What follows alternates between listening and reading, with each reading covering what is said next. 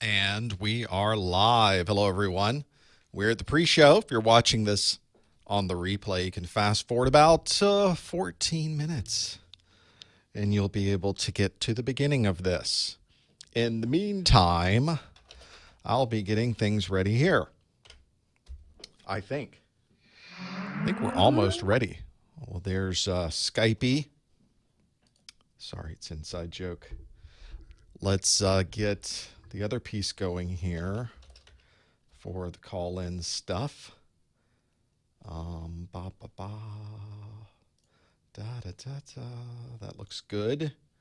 These things look delightful. Things are working. Let's do an audio check of how things are going and make sure that that sounds good. Test 2, 3, 4, 5. Test 2, 3, 4, 5. The dulcet tones of the Security Plus study group. How's it sound? Audio check of how things are going and make sure that, well, that sounds fine. You can see how long the delay is for that. How about a camera check? Hello, chat room.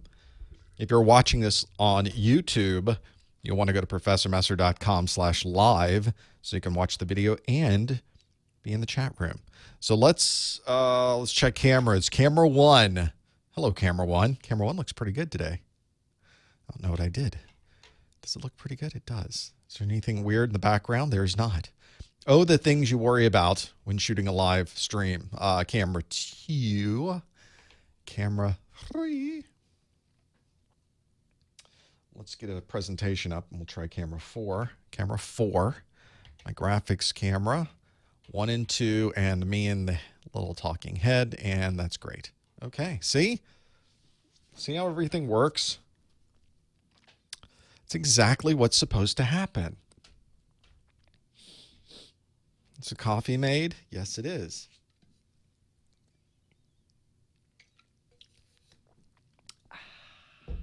Delicious. Okay.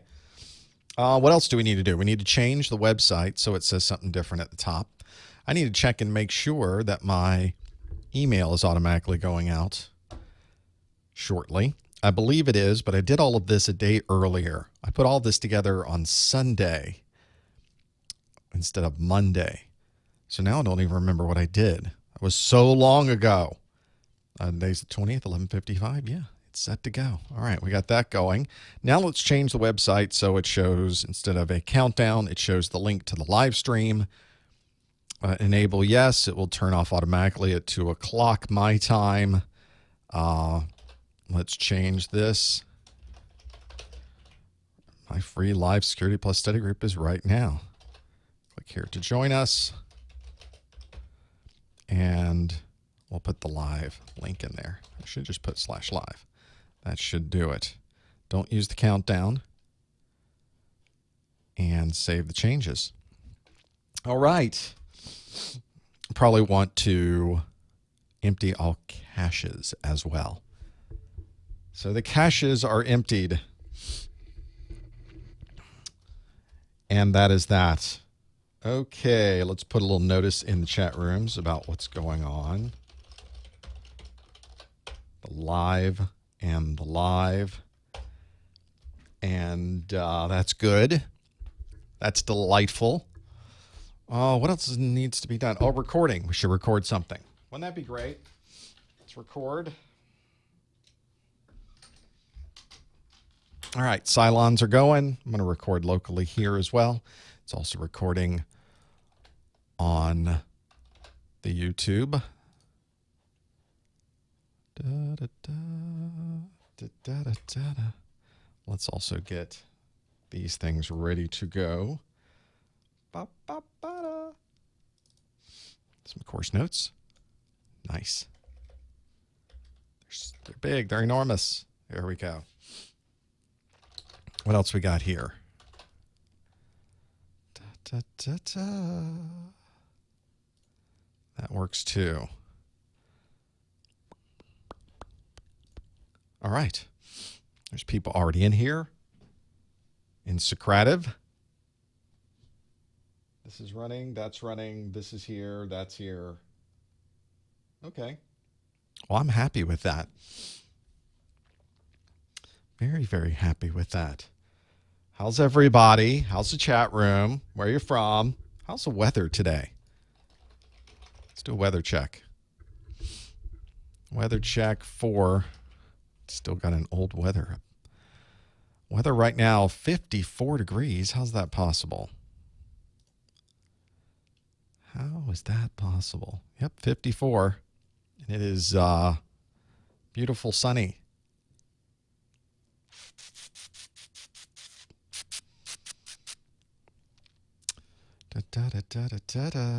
Let's see, we've got a lot to do today. I should get those questions ready in case we need some for the other part of the study group, the after show. Let me get those going and downloaded. I'm going to have you look at a different camera so you can look at me while I'm exporting this information. Hi, everybody. We'll be starting shortly. If you're just joining us, we've got about 8 minutes to go. Welcome to the pre-show. This is the part where I just, turn on the camera and we do stuff while I'm trying to get my act together. And that's saying something. Let's not do that yet. Let's sort first. Let's sort by the date someone was added. Earliest now.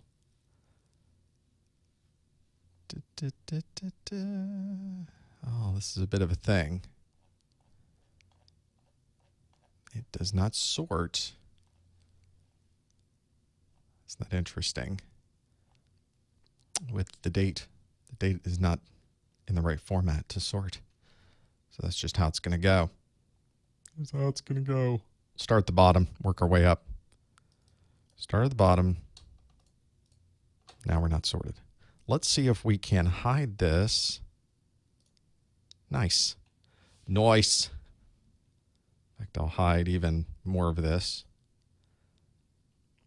And make it a little bigger so I can actually view it. There we go. All right, we'll set that. We'll set it right there. So good. Greetings, Mr. Steve Fowlks.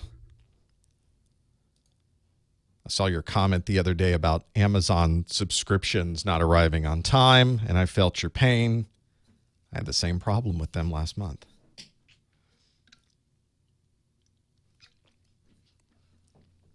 It makes me wonder if I should be setting the date earlier and earlier just so I can be assured that things like vitamins that you'd like to take every day show up on time.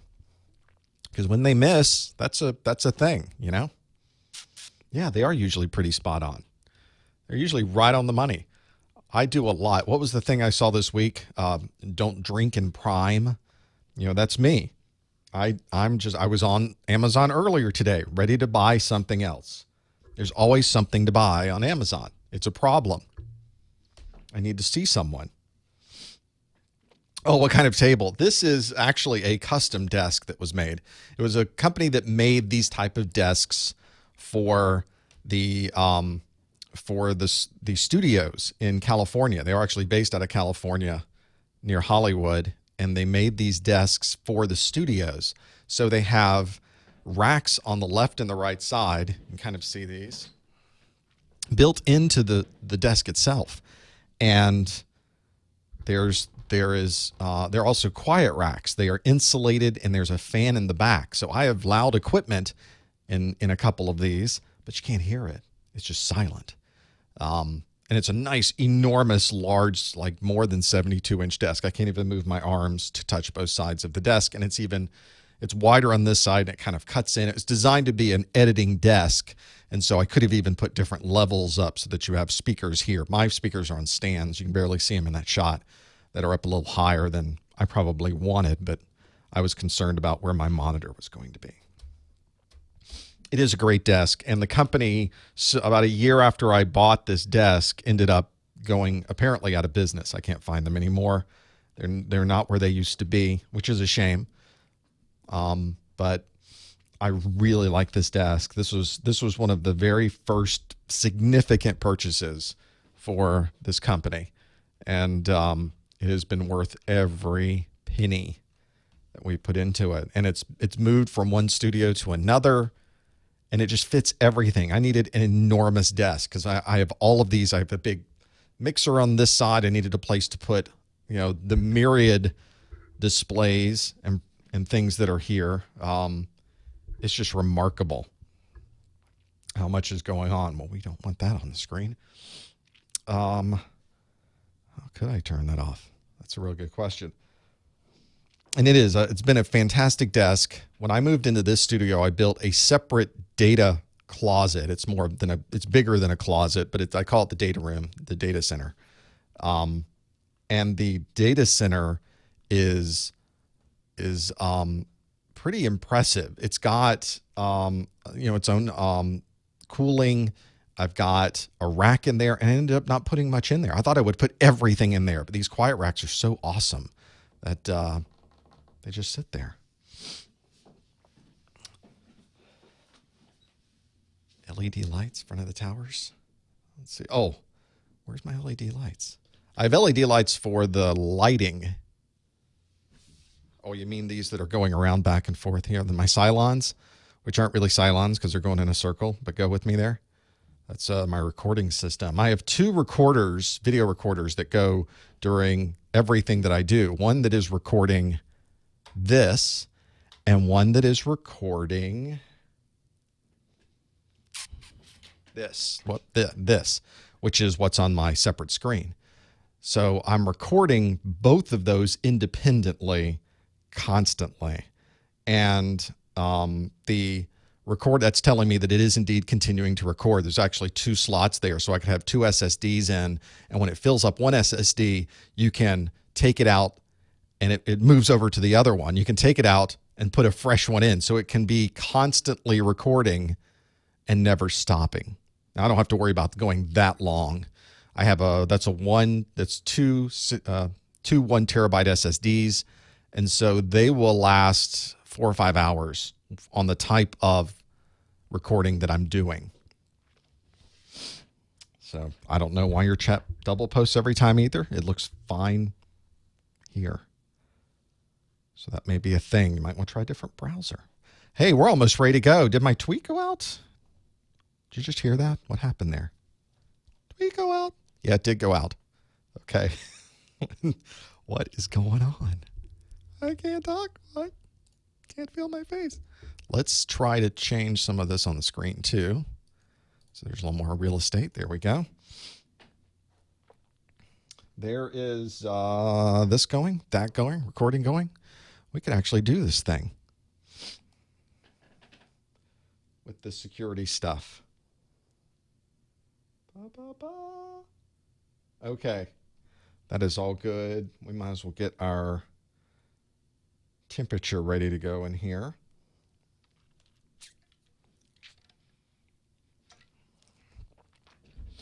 Oh, and let's spray some of this awful spray before we get started.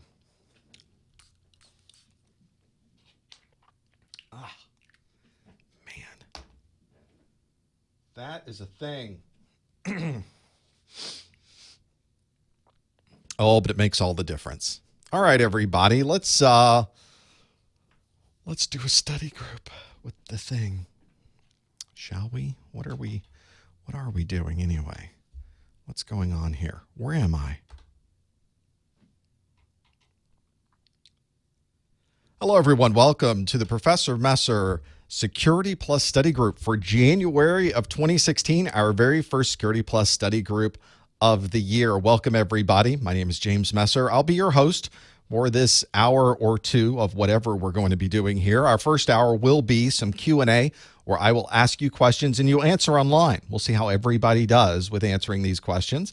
And the second part will just be us sitting around and talking. I'll open up some phone lines. I'll take questions from the chat rooms, and we can see what's going on. If you're watching this live, you can participate in those live Q&A. I'll show you in a moment how to do that. If you're also here live, I'm watching the chat room that's on professormesser.com/live. There's a live event chat there. So if you're watching over on the YouTube side, you might want to consider getting over to professormesser.com/live and being able to participate there, because that's the one I'm watching. I'm not really watching what's going on on the YouTube side. In fact, I've disabled the chat there. So if you're wondering, where's the chat? It's over on ProfessorMesser.com. You'll find it.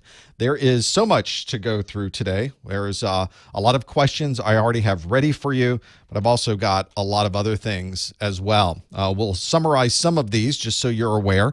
The Professor Messer website, all of my Security Plus courses are not only available to watch free online, but if you want an offline copy, you can find out more at professormesser.com/getsecplus.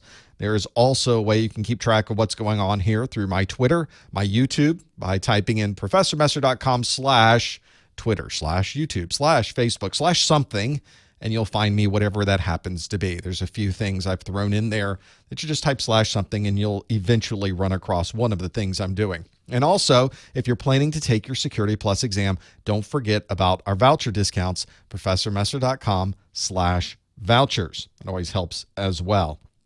My offline course is something that is nice if you are somewhere that does not have a very good internet access, or in some cases you don't have access to watch the videos because you're in an environment where that is filtered out. So these are offline, not just the videos themselves, but also MP3 files that you could either buy separately or that are included with the videos. And my course notes come with this as well, and I have more information about the course notes where you can buy those separately later on in the presentation today.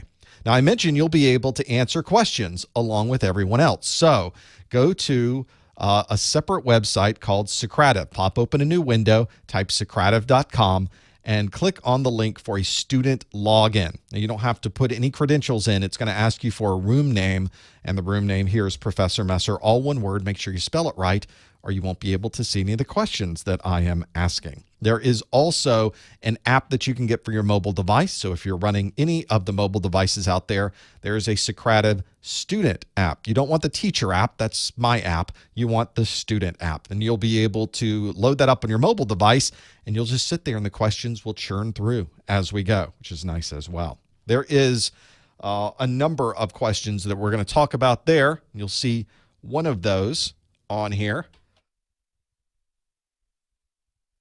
You'll see a question like this. It says, how long have you been studying for your Security Plus certification? And that's what you should see. If you've logged in properly to scadav.com, you have clicked on the student login, and you've gone to the Professor Messer room, that's what you'll see. What I see on my side is this. I get to see as you are answering. So far, 32 or 33 of you have answered. More people are logging in.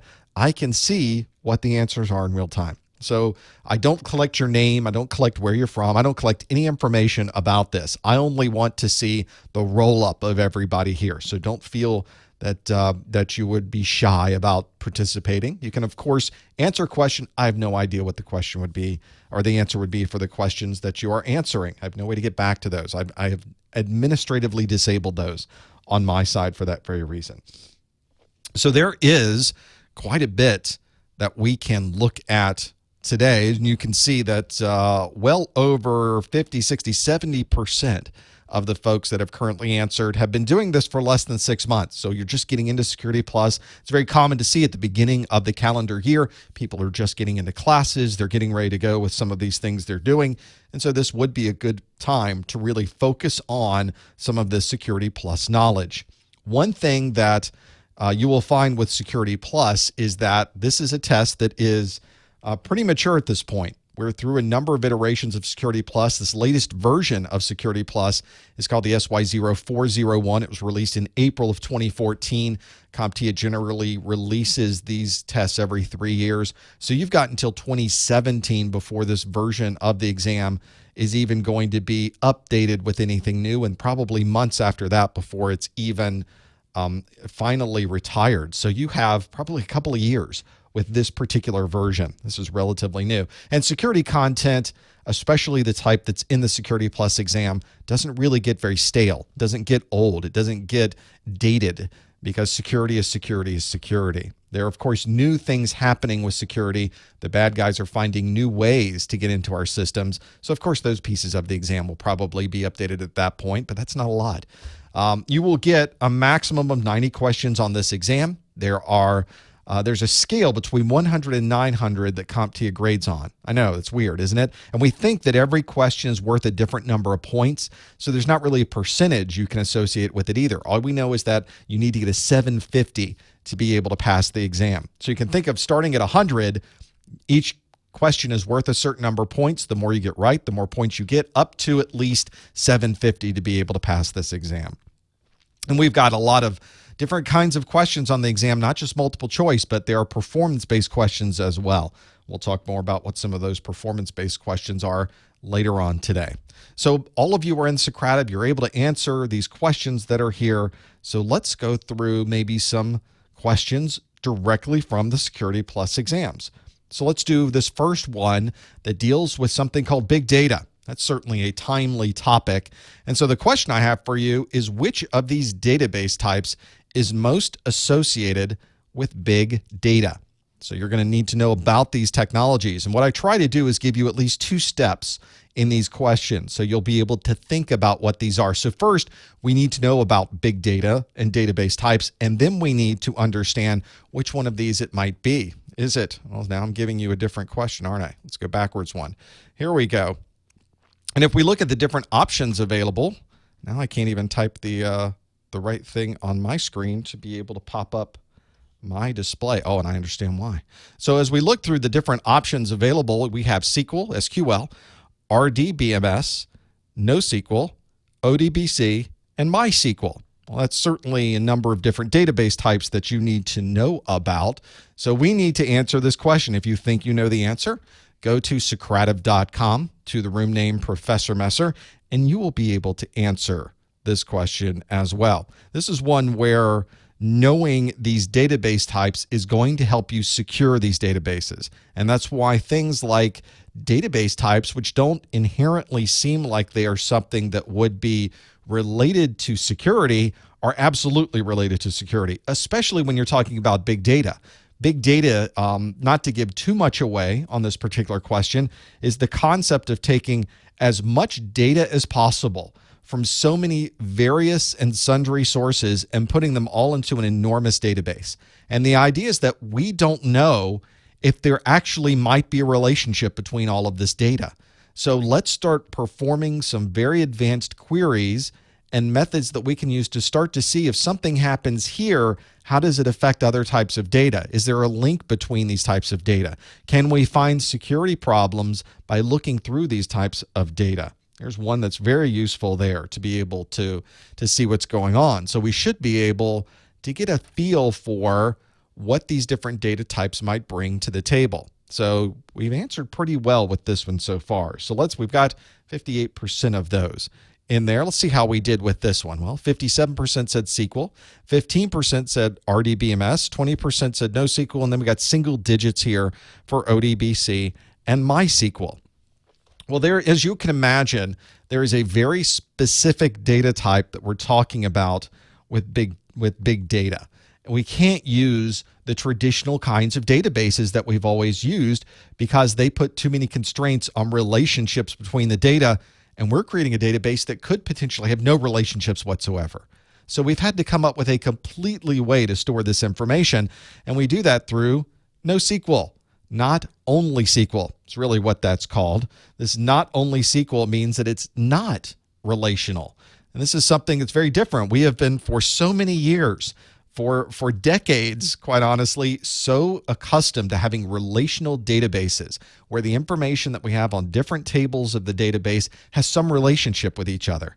And now we've created a database where there's no relationship whatsoever. So if you have these enormous data sets and you need to scale very, very large, which is what we're doing, we've got these enormous amounts of data that we're putting into these. We're having this glut of data that now we're able to take advantage of because now our storage devices have gotten bigger and bigger.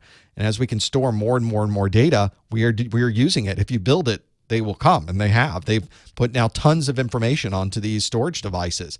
And so we're able to really go into these big data sets and grab tons of information, try some different queries, see if there's a relationship. Maybe there is, maybe there isn't. The interesting part is where you can start to create some interesting relationships between data that you previously had no idea there was a relationship there.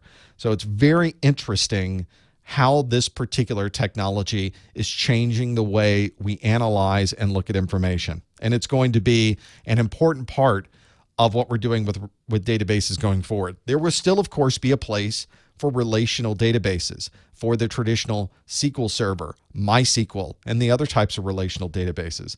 But the NoSQL is one where now we can really start doing some interesting research and find out what can we do, what can we find that might be hidden in this big haystack of data. We very well could find some needles inside of that. Let's try another question. That was a good start. Let's give you a summary. For those of you that answered SQL, well, it's sort of SQL, but not really SQL, is it? That's not the correct answer. I'm looking for the one that is most associated with big data. SQL is a type of language that is used that is not a type of database. So this would not be the one that is most associated with big data.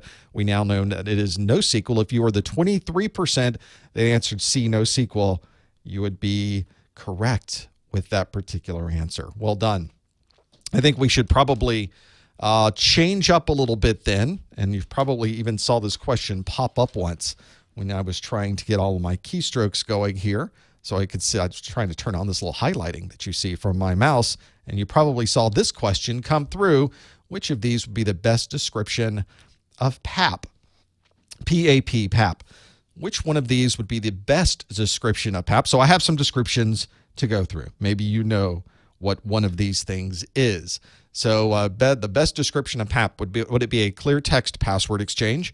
Would it be an encrypted tunnel between two locations? Would it be used for digital signatures? Would it be a symmetric encryption cipher? Or would it be none of the above? Maybe I just made all of that up, or it doesn't apply to PAP. So it's got to be one of these, correct? If you think you know the answer to clear text, encrypted tunnel, digital signature, symmetric encryption, or none of the above, go out to Socrative.com. No answering in the chat room. Yes, it's not what you call your dad. That's my papa. That's not exactly what we were shooting for. I am in the southern United States, but that is not. So if you think that's what it is, I guess you could choose none of the above. I don't think that would really be the correct answer from that perspective, however. It might still be none of the above, but it probably would be for a different reason, right? That's the thing. Still conversations going in the chat room about the big data. It's a really interesting segment of IT. It's one that has really only appeared recently. So it's different. It's like we created a brand new type of technology, and now we need technologists that can really use this big data. Big data is when we just take massive amounts of data sets and stick them into enormous databases and try to find relationships. And it could be done for many different things. It could be for security. It could be for national security. So it could be for very important reasons. It could be for a company trying to find ways to increase revenue and finding relationships and things with other products they have affecting how much revenue they're making on other products. Yeah, Amazon's a very good example of that, of how they have enormous amounts of data. If they can make a small change, just a 0.5% increase in efficiency or 0.5% increase in sales, you're talking about millions of dollars of revenue. So there's a really good reason that would be there, being able to have that piece there. So let's see if we know, for instance, the answer to this. Let's shift our gears back to this question. Which of these would be the best description of PAP? And we've got 54%, if we take the majority, have said it's a clear text password exchange, but 21%, good number there, said it's an encrypted tunnel between two locations. Single digits for B and C, or for C and D, and then none of the above. 11% said you can't fool me. This has to be none of the above. Very, very simple to be able to go through those pieces. So let's see if the 50% of you or so might be right with this one. What would PAP be? Well, PAP, you would need to know what PAP stands for. PAP stands for a password authentication protocol. This is a way to authenticate somebody who is trying to get access to a network, to a resource, to a login, to a VPN connection. They need authentication, and that's the main part. That's the A in PAP, is the authentication part. So that's why whenever we're talking about ways to authenticate, when you're typing in your username and password, PAP is one of the ways to do that. It is not one of the ways that you find very often. You might see it still used, though, on certain products. We'll talk about this in a moment. But the reason that a lot of people don't use it is that it sends information in the clear. It's really, when we say unsophisticated, insecure, it's simply sending a username and password over the wire without any additional protection mechanisms built into the PAP protocol. I realize that's redundant, the Password Authentication Protocol. There is a concern there, obviously, because if you are capturing packets on the wire, in the air, you're going to see this plain text password exchange take place. And that's one thing, of course, we don't want this information to go out over the network, especially in the clear. What you will find these days, PAP is still in use on certain technologies and how they're operating. The authentication protocol PAP may be used, but what the application is doing is it's doing the encryption of the password. Maybe it's hashing it or encrypting it, and that's what it's putting in the PAP information to go across the network. So although PAP is not itself changing anything with the data going back and forth, it's not adding any additional encryption or protection, the application that's sending the data is providing the encryption, sticking it in PAP and sending it across the network. This is not, for instance, TLS. This is not any type of encryption mechanism. PAP really has nothing to do with other types of encryption. It's clearly an authentication protocol, and it's clearly not doing any types of protocols. In the chat room, somebody's saying, yeah, they're seeing some of these types of ideas, people being able to encrypt the data going over the network. If you rely solely on PAP, there's no encryption associated with that. So if we look at how we did with this, the 52% of you that said clear text password exchange, you got it absolutely right. Very well done with that. If we go through the other options, an encryption tunnel between two locations is generally called an IPsec tunnel. Sometimes it's an SSL tunnel, and that would not be PAP. It has nothing to do with an encrypted tunnel between two locations. Used for digital signatures? Nope. You would use a hash for digital signatures, not an authentication protocol for digital signatures. So that's one thing to keep in mind. You have in a symmetric encryption cipher. This is not asymmetric encryption cipher. There are a number of symmetric encryption ciphers we can use on the network. In fact, we might even use the encryption cipher before we send it over PAP. PAP itself is not doing any type of encryption, and it certainly is not a symmetric encryption cipher. And of course, since we now know that PAP is a clear text password exchange, none of the above is actually not the correct answer in this case. So if you answered A, clear text password exchange, 52% of you got that one absolutely right. Well done. Okay, we're off to a good start. So let's do another question, shall we? I've got another one that deals with some type of abbreviation. Kind of stuck two of these to you at one time. What I tend to do with these questions is I go through each section, each domain of Security Plus, and I move from domain to domain to domain. So I make sure we're getting very different kinds of questions with each one of these that I'm doing. So the question here, you will look at it, which of these would be an advantage of PFS? So first, of course, we have to know what PFS is. And then if you know what it is, you can answer one of these responses. It increases the number of authentication factors.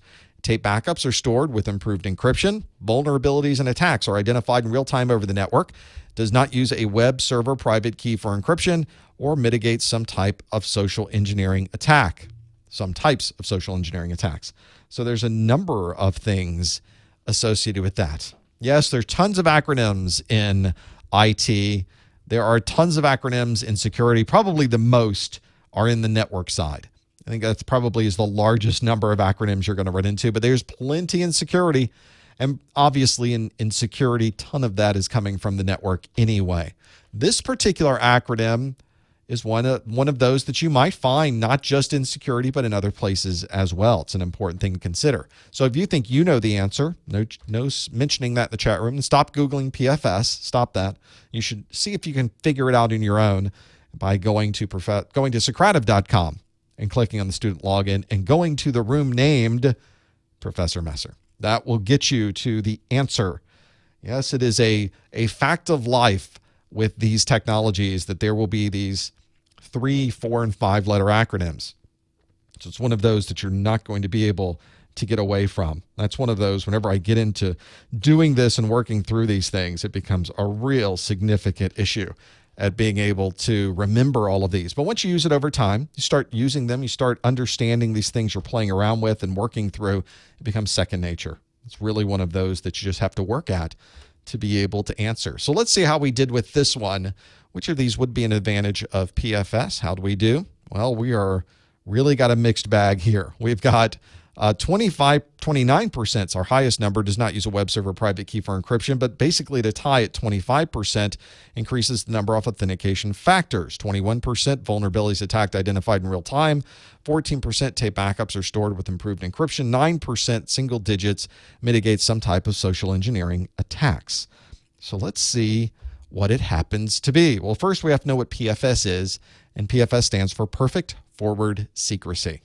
This is a way to set up a method of encryption between, in most cases, a web server and a client on the other side. That's where you're really going to see PFS being used probably the most. This is a way to exchange keys. Traditionally, with web servers, the web server would have a private key, and it would be able to create a session key from that and be able to share that with the other side so that both the client and the server were using a well-known key to be able to encrypt information. One of the challenges with that, of course, is if you know the well-known key, you can decrypt what's going on in the middle. So one way to get around that is to use PFS, because you're not using the web server's private key to be able to do that.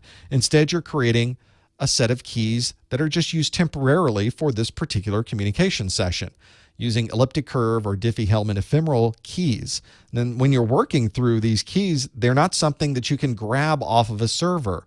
They're not something that's going to be recreatable. It's created just for that session. Information is sent over this encrypted form. When the session is over, both sides throw the keys away. You don't need them anymore. When you come back and you need to encrypt again, you'll create a new set of keys and you'll do it again. That makes it really easy to be able to hide things and encrypt things that way. It's one of those whenever I start going through and trying to figure out these pieces and how to secure your web server, this is a great way to do it. So this is also, if you're worried about man in the middle with your SSL, this is a great way for your TLS or SSL to prevent that man in the middle. But it's going to require a little bit more computing power on your servers because you have to create a new key every time to be able to send information back and forth. So not every server you're going to is going to be able to use this, and the browser that's being used has to support this perfect forward secrecy, or it may not be able to do this as well. So make sure that you go through and see how if you have a web server and you're managing your web server, see what you're using. Maybe you're not using perfect forward secrecy, you're using something else. You'll be able to tell in the details of your web server. This one happens to have the elliptic curve Diffie-Hellman ephemeral. It says ECDHERSA is the key exchange, and that's how you know that you're using that perfect forward secrecy. So let's have a look at how we did with that one. It increases the number of authentication factors. It does not. Tape backups are stored with improved encryption. Has nothing to do with PFS.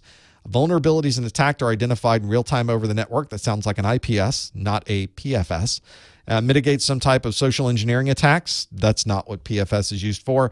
PFS does not use a web server private key for encryption. It uses a private key that's created dynamically for encryption. If you chose D, the 32% of you got that one absolutely right. Now, if you didn't choose D, don't worry, because that's the idea. Is if you don't know it, then now you do know it. And if you're asked anything about perfect forward encryption on your web tests or on your actual exam, now you know what PFS is and being able to work through it.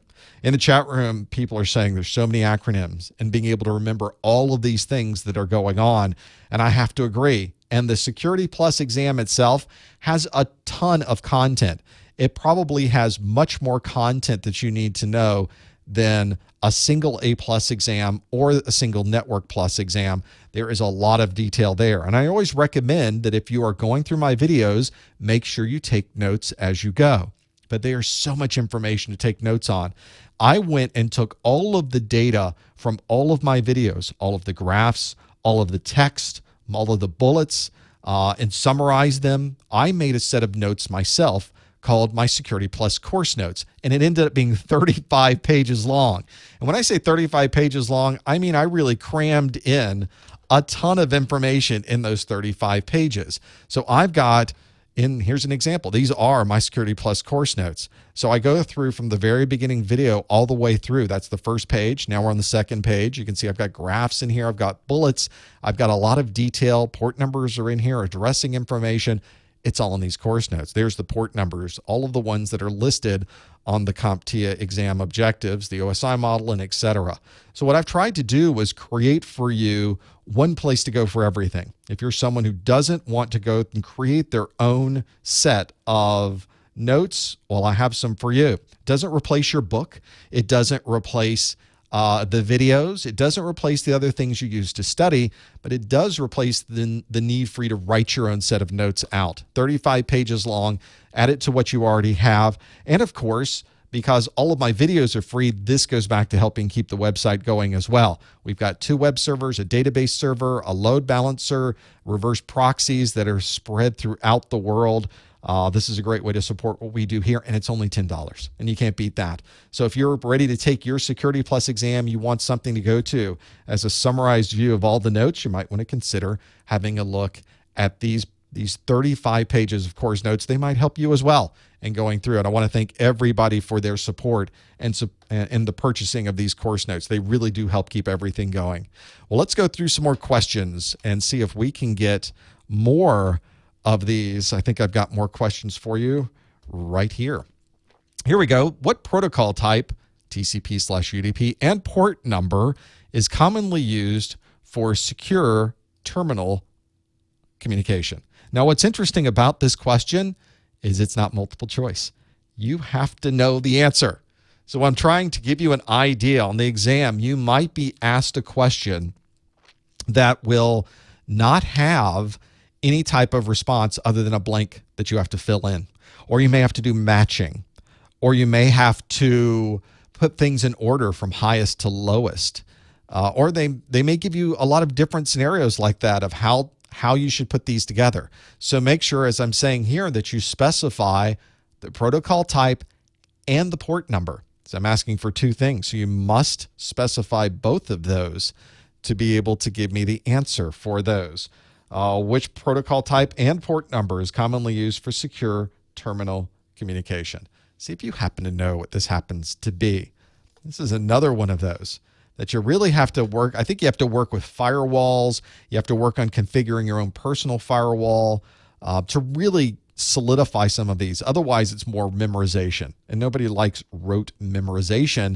It really helps more if I can go back and look at something that I've done. I can apply these concepts to creating a firewall rule that would prevent secure terminal communication from going through my network. So to be able to do that, what protocol type and port number do I use for that? So that's one of those. Yep, only answer half the question. I know a few of you might do that. I'm seeing some of those come in. You have to know the protocol type and the port number to find what's there and be able to work with those. Oh, don't worry if you're lost. I will tell you exactly what this means when we go through these pieces. And folks are sending me a lot of information through here as to what this might be. Oh, some of you are even giving me some detailed answers, not only about the secure terminal communication. Some of you actually know the other protocols that are used by the same protocol type and port number. Well done with that one. Yeah, nothing's showing up in SCADA. You have to fill in the blank on this one. I'm not giving you a set of questions. I threw you a one there. You've got to remember that one. Well, if you remember half of it, that's not bad. At least you know that half. So now we're going to talk about what all of the differences are between those two. Let's talk about port numbers. In this case, I'm going to talk specifically about TCP port numbers. So let's go through just a list of TCP port numbers. One that you'll need to know for the exam is the file transfer protocol. It uses TCP protocol 20 and 21 and uses those in different ways depending on the type of FTP, which we could talk to in detail later on. But FTP is done in the clear. That is not a secure terminal communication. So that's not going to be it either. Let's look at another one. This is now something where we probably are in the right place. So we've got one called SSH, stands for Secure Shell.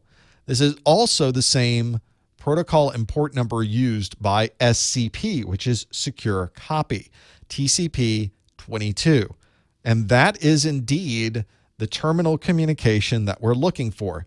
Secure shell is a way that you can communicate securely. In fact, I probably even have a secure shell session up right now to my website.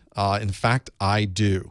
I think I've got a bunch of files that are here. In fact, I'll show you this. I think there's nothing here no, that one probably would not be what I want to show you. So for instance, I've got a terminal session up. I'm looking at the images that are on my website. So I've got these here. I can look at what the current, I'm looking at an application called TOP, which shows me the applications that are currently in use on my site. And you can see what's happening with the apps that are currently being run, the web server and everything else. So we're sort of, in a meta way, you're on my site, and yet you're looking at you on my site by what I see on my side. Some of you even say, I use PuTTY every day. I use this all the time, secure shell, to be able to do these kinds of things. And if you are doing any SSH, that's definitely the secure shell. Now, there is a terminal screen that is not secure for Telnet. Telnet is not what we're looking for. We want the secure version of this. So if you answered TCP 22, then you would be absolutely correct in being able to use that. There are a number of utilities in Windows that you can use to connect via SSH to a remote device over this secure shell or secure terminal connection. Folks in the website saying you're using PuTTY, very good free example. Secure CRT, which I believe is a commercial product on the Windows side. Obviously, if you're on Mac OS, you're on Linux, SSH is built in right into the operating system. So there's one that you can certainly work through on that side. So if you answered that particular one, then you got that TCP 22. You answered that. You got it absolutely correct. Well done with that one. Let's keep this party going. I have more questions for you. So let's go through another question and be able to work through it. This question dealing with something that's a little different. I now want to know about something called the AIC Triad. AIC Triad. What is the AIC Triad? This is one of these things that I mentioned, that the different versions of Security Plus are things that really don't change over time. Security is security is security, and this is certainly one of those. You have a number of choices here for the AIC Triad. Is it accounting, integrity, and certification? Is it access, identification, and control? Is it availability, integrity, and confidentiality? Is it application, interconnection, and contingency? Or is it authentication, initialization, and challenge? And if you don't think I didn't have a good time putting together this particular question, then you would be wrong, because that was a delight. How many A's, I's, and C's that are security related can I think of and put together in one single answer? There is a clear single answer for the AIC. Yes, some places you will see this referred to as the CIA Triad or the IAC Triad. It all is the same type of thing. It's very common to see it called that in different resources. This is one where if you're going to be looking at this, the AIC Triad is incredibly important, not just for the Security Plus exam, but it really speaks to a very important aspect of security and network security. So it's very, very useful to have that information available. So see if you can answer. I'm going to take a peek while you're doing that, and we're going to see how we did with this one. Make sure we've got, I think a lot of you have been studying. I think that's, it should not be the first time you've ever seen this as AIC. It's probably the most common way to have it out there is AIC. Very rarely do you see it called CIA anymore, because there's obviously in the United States the CIA, and there's too much confusion about calling it the CIA Triad. People think that it's related to the federal government when in fact it is not. So I think most places call it AIC these days. You will see that referred to as availability, integrity, and confidentiality. 71% of you got that one absolutely right. It is not access, identification, and control, the 22%, and the other single digits. None of you were fooled. 70% of you got that one absolutely right, being able to work through that. So what is this oddly named AIC Triad? It's an idea that you're creating security based on three overwhelming fundamentals. You have to have these three things to have security. You have to have, as you can see on the legs of the triangle, you have to have availability. The network has to be available. The services have to be there. You have to have integrity. So if you can't be assured that your data is going to arrive in the way that it was sent, then you certainly aren't going to have security, and you need to have confidentiality. Only the people that need to be able to access and see that information should be the only ones. And if somebody else sees that, then you're not really going to be in very good shape. If you lose any particular leg of this triad, your security is going to fall apart. The availability part, obviously, keep things running. Integrity, don't modify, quote unquote, the messages, the information that's going back and forth over the network, and the confidentiality. A very important part of what we do with security is based on this AIC Triad. It's one of these fundamentals that you will find not just on the Security Plus exam, but anything relating to security. That's how important the AIC Triad happens to be. If you're someone who is watching this particular study group for ongoing continuing education credits, then you are going to want to make a note of AIC Triad. Those are your special code words to send to me. The words AIC Triad, you should go to the top or the bottom of the Professor Messer website, and there is a link there to contact us. And if you go into the Contact Us link, you'll be able to write in there your name, write that this is the January 2016 Security Plus Study Group, and that the code word that you need to know is AIC Triad, and I will send you back a reply that has the information in there that says you must have indeed watched this for 1 hour of continuing education credits. And I will digitally sign it so that you can't change it. When you hand it into CompTIA, they'll know indeed you must have been here. There's also a very important to know, if you're watching this on the replay, because I'm giving you this code word, this is also good for the replay as well. So that's something you can do whether you're watching live or whether you are not watching live, which is kind of nice, I think, to be able to do that. Let's go to another question, shall we? We're moving right along now. This question is, how can malware perform activities on your computer that would not normally be possible with your operating system permissions? This is one of these things where I'm not an administrative user, I'm a normal user, and yet malware is able to take advantage of things at a very core operating system level that my login doesn't have access to. So how is it that they're able to get into the core of my operating system without having normal access? Well, it could be one of these things. And which one of these would it be? Would it be my face? How about not my face? There it is. Would it be this? Would it be privilege escalation? Would it be man-in-the-middle attack? Would it be a transitive attack? Would it be spoofing? Or would it be a denial of service attack? One of these is going to be the most likely reason that malware has found a way to get into. Now, there are other ways that malicious software can use to get into low-level operating system capabilities that are beyond your normal rights and permissions. But in this particular question, I'm looking for these particular answers. And only one of these particular answers would be one of the ways that malware can perform activities on your computer that would normally not be possible with your operating system permissions. So have a look at that, see if you know what those answers might be. If you think you do, it's not much to really Google on that one, is there? That was a pretty good question. So make sure you go through Socrative.com, click the student login, and go to the Professor Messer room, and you will be able to do that as well. Yes, those other certifications, especially things like the CISSP, they do talk a lot about AIC. And I think they even still use the older CIA term for some reason. Don't know why people do that. Socrative, for those asking in the chat room, does have the capability of giving me a total of questions that are correct and who answered them, but I disable those functionalities for what I'm doing. I don't care how you did. You know how you did.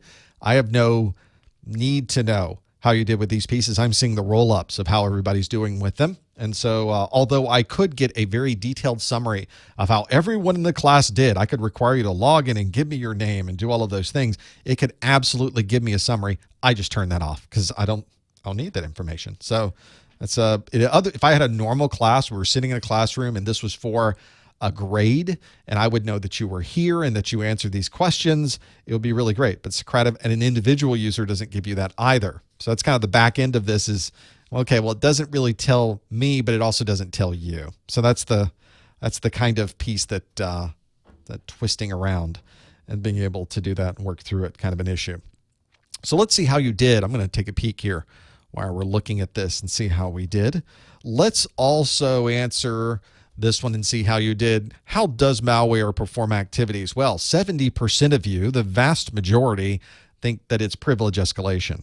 But 10% said spoofing, and then we got single digits for the rest. It seems like everybody is really hooked into this idea of privilege escalation, but is it? Is it really privilege escalation that allows this capability? Well, yes, it is. That's exactly what it is. Well done. I didn't fool anybody with this particular question.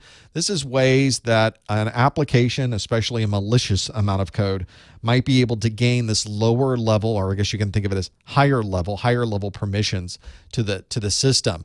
It's usually caused by the malicious software taking advantage of a bug, taking advantage of a vulnerability in an application or an operating system that allows access that normally you would not simply have. When you get this higher level access, higher level set of permissions, administrative access, root access, you can do a lot. So it's a significant problem when you find a vulnerability that allows privilege escalation. That's when you're going to want to patch very quickly. You want to go as fast as you can, because if somebody can access your system and take advantage of privilege escalation, they can have guest access and now suddenly have complete access of a computer. That's one of the reasons, and just one of the reasons, why we disable guest access if we don't need it, because we don't want people even having the ability to get in at a lower level, because there's a potential they might know a way to get to a higher level. And that's an important part of this. You'll sometimes hear this called horizontal privilege escalation as well, because we're getting it at one level, and then all of a sudden we can even go to another user horizontally. We don't even necessarily have to be an administrator. We can find another user to be able to get through those and work through those pieces as well. So that's one you really want to watch out for. The way do you prevent this? There's really the biggest thing you can do is patch right away. Just make sure your systems are not susceptible to that particular bug. But that means that we have to first find the bug so that we can then patch it. So this is what the bad guys want to do. They want to find a privilege escalation in an operating system or an application that nobody knows about yet. Because if they know that, they can have this unfettered access to your systems, and nobody has a way to stop it, because you won't be able to stop it unless you know that it's there. Sometimes your anti-malware, antivirus software can block known vulnerabilities. So even if you haven't patched, some types of antivirus and anti-malware can block those things even if you haven't patched them. I wouldn't rely on anti-malware and antivirus for this, but that's sometimes you'll find an IPS or an anti-malware that can do that type of thing.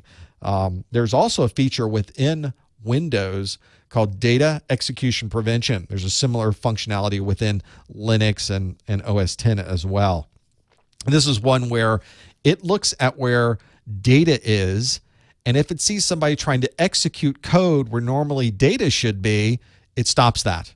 And so sometimes that you can find a vulnerability that has not been patched that nobody knows about, but the operating system stopped it anyway. It's not a very good one to use. There's another capability within operating systems called address space randomization. So one of the things these bad guys do is they go to a particular section in memory where they know a particular kind of data is going to be, and they try to take advantage of that with things like buffer overflows or manipulation of that data. But if you're changing where the data is, then it's not very easy for the bad guys to take advantage of that kind of vulnerability. So a lot of our modern operating systems use something called address space randomization to not always put the data in the same place in memory, so it becomes a lot more difficult to be able to find. That's one where it is very useful to know about how to resolve those problems, because if you do run into an issue with this privilege escalation, people will gain access to your system and be able to use these very, very, very quickly. And so you don't want to be in that scenario either, where you're having to, after the fact now, go through the process and see if you can now fix whatever problems happen on your system. That's why we always tell people, make sure that you've enabled the patching on your operating system to happen automatically. It's so much easier to be able to do that. So now let's have a look at another idea. I mentioned that the exam itself can ask you a number of multiple choice questions, but it may also ask you questions that are what they call performance-based.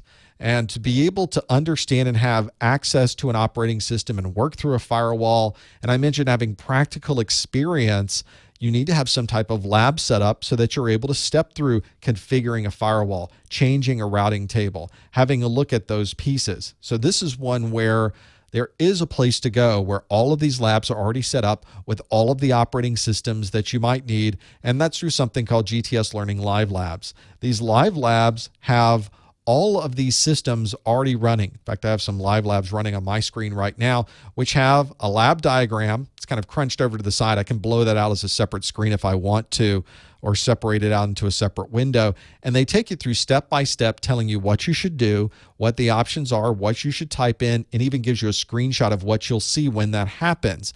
And when you do that, you're able to log on to a Windows front end. This is a domain controller that's been set up on this system to be able to work through and operate things on this device. Not only is the domain controller already configured with the software, everything you would need, but all the applications are here to use as well, like a remote desktop viewer. Wireshark is here. PuTTY is already installed on this device for SSH. Here's a Windows 7 machine. Have it start up and log in. So there's the Windows 7 device. Here's a server. This one is actually a different type of server for Linux that you won't necessarily even need access to, but it will be running in the lab. Another Windows device and a Windows XP device. And you can move back and forth through all of these. Domain controller, Windows 7.1, Windows 7.2, Windows XP. Look how fast that is, because it's an actual operating system. It's not an emulation of a system. This is a real Windows system. So you're able to even do things that aren't even necessarily part of the lab because it's a real Windows desktop. You could, of course, set up your own labs, do all of this yourself, be able to work through everything that you would need to work through all on your own systems, in your own house, in your own studio, in your own setup. But one of the things that's nice about this is it's already done for you. All of the labs are here. And it's something that I also have a discounted rate through the folks at GTS Learning if you follow this link, professormesser.com/seclabs. It's a $99 special for this. What's also nice about this is that they'll give you an hour to try it for free. So if you're just not sure if this is something you want to do, give them authentication information, give them your details so they can send you a username and password. And for an hour, you can step through any of the labs that are here and see if this is something that works for you. Maybe it is, maybe it isn't, but you get the best price by going through professormesser.com/seclabs. And I want to thank the folks at GTS Learning for their support. I would not be able to have these study groups without the things that they do for us. So thanks so much for that. Let's go through some more questions that we have on Socrative now that we're through those pieces and looking at those. Before we have left that other one, before I change that question, by the way, I don't think I went through. We know that it was privilege escalation. Man-in-the-middle attack would not have been the right answer for this privilege escalation because man-in-the-middle simply means that you're the same permissions as you were. You're not moving up through the permissions levels. So that wouldn't help either. Transitive attack means if A trusts B and B trusts C, then A also trusts C. Again, we're not changing permissions. We're simply moving through the same type of permissions as someone else. Spoofing means I'm pretending to be someone else, which doesn't necessarily help with what I'm doing. If I'm spoofing someone who's already on the network, I'm spoofing you, I have the same rights and permissions as you. I don't have a higher level of permissions. A denial of service simply stops that service from being available. It doesn't change any rights and permissions. And SQL injection is one where I can see information that's in a database, but I'm not necessarily changing the permissions I have to that database. So very interesting in having that functionality there. The best answer here is indeed A, privilege escalation. Let's do another question, shall we? I have more than we can step through with these pieces. Let me get to the next question. Got time for at least a couple more of these. This one dealing with another acronym. We can't get enough acronyms, can we? This one is what of these systems, maybe which of these systems, which one of these systems would be most likely targeted on a SCADA network? So now we need a SCADA to be able to do that. What would that be? Which of these would be targeted on a SCADA network? Well, now I have multiple choice for you, so we can go through. Would it be a multifunction printer? Would it be a SQL database server, a point of sale terminal, a wireless access point, manufacturing equipment, automobile Bluetooth network? One of these would be most likely targeted on a SCADA network? What would it be? What would it be? If you think you know, no answering in the chat room, go to scradav.com, go to the student login to the room named Professor Messer. So the upside here is that it's not a 3-letter acronym. It's a 5-letter acronym. I don't know that that's really a bonus now that I'm thinking about it. But now you have another 2-step process. You not only have to know what SCADA is, but you need to also know what SCADA operates with. What are these things? And being able to work through those. It is one of those that does a bit of a challenge, being able to work through all of those pieces. And all of these types of systems, interestingly enough, are constantly targeted by the bad guys for many different reasons. So I'm not really giving you a gimme, although I'm gonna kind of peek at what you're answering here, which is exactly where I like to see things, by the way. You folks are answering just fine with this one. So let's see how we did. We've got a number of people that have answered. You need to stop Googling SCADA is what you should do. Let's see how we did with this one. 51%, just over. Now we're down to 51. Manufacturing equipment seems to be what most people are saying. Number 2 down at 17%, a point of sale terminal. 15% would be a SQL database server. And then 9% wireless access point. 6% said automobile Bluetooth network. Only 3 people said multifunction printer. But in fact, attacking a multifunction printer can be very, very useful for the bad guys. Probably something we should always be thinking about. But let's see, the majority said manufacturing equipment. So let's talk about SCADA and some of the things associated with SCADA. SCADA stands for Supervisory Control and Data Acquisition System. This is when you are getting into very large-scale industrial machines. So if you're talking about a manufacturing floor and controlling the manufacturing floor equipment, that might be SCADA. If you're talking about a power plant, that power systems and how we talk to those power systems, we're talking about SCADA. So whenever this our concerns about security and the infrastructure of security, not just in the United States where I live, but in countries around the world, they're all using these SCADA industrial communication systems, and we communicate to them using a particular set of proprietary protocols. You might also see things like HVAC, heating, ventilation, and air conditioning being put into the same category as SCADA, although the protocols that are used for that are often very different.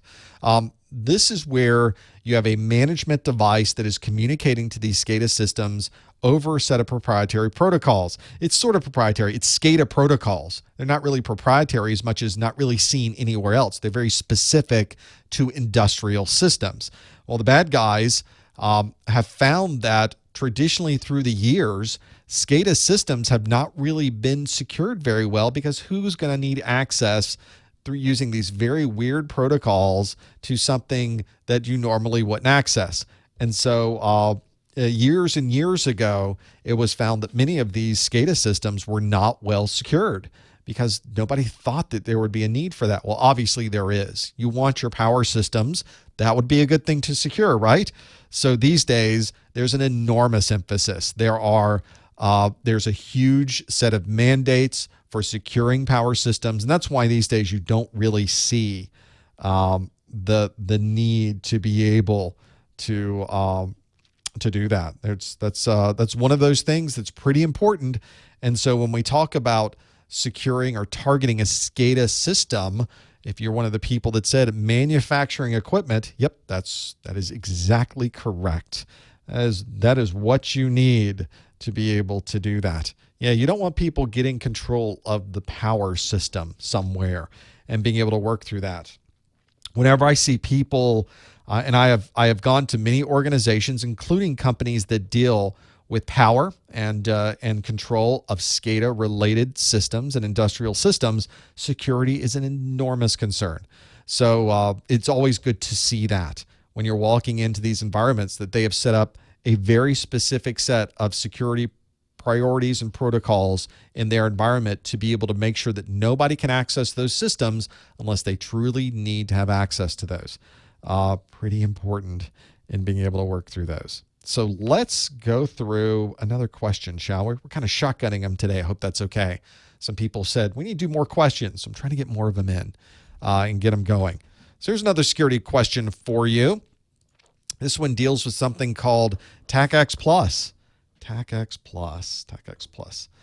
The idea of TACACS Plus, when would I use it? And which of these would you be most likely to use TACACS Plus? Which of these would it be most likely to use TACACS Plus? Would it be to route traffic across redundant network links? Would it be to verify index settings on a SQL database? Would it be to authenticate login credentials? Would it be to transfer documents between file servers? Or would it be to encrypt all network traffic sent between two sites? All good things to have, I think. I would like to have all of these things, but only one of these would be most likely to use TACACS Plus. So hopefully you will know the answer. And if you do, go to Socrative.com, click on the student login, and go to the room name Professor Messer. You will, of course, be able to answer this one. Let's see how we're doing. I'm going to take a peek while you guys are going through this plus. Through this set of questions for TACACS Plus. There is a set of things you have to know for the Security Plus exam. And fortunately, this one is a very straightforward set. This is one wherever I start working through the scenarios of what do I need to know for the exam. This is one that is specifically listed on the exam objectives. If you don't have exam objectives, make sure that you go out to the CompTIA website and download the latest Security Plus exam objectives. Incredibly important to be able to do that. It's one wherever I'm looking through the details of what do I need to know for the exam, and it's a question I get constantly. Hey, there's a lot of stuff in the exam. What do I need to know? You need to know everything that's in the exam objectives. Now, the good part is that if you know everything in the exam objectives, you're going to pass that exam. So that's the good part, is CompTIA really gives you everything you need to know. They effectively give you the keys to the kingdom and say, if you can answer, if you know all of these types of technologies and security things, you're going to pass no problem, which is great. There's no question that you might get blindsided on the exam because you already know what you'll be asked. Let's see how we did with this one for TACACS Plus. How do we do? Well, 73% said authenticate login credentials, but 19% said encrypt all traffic between two sites.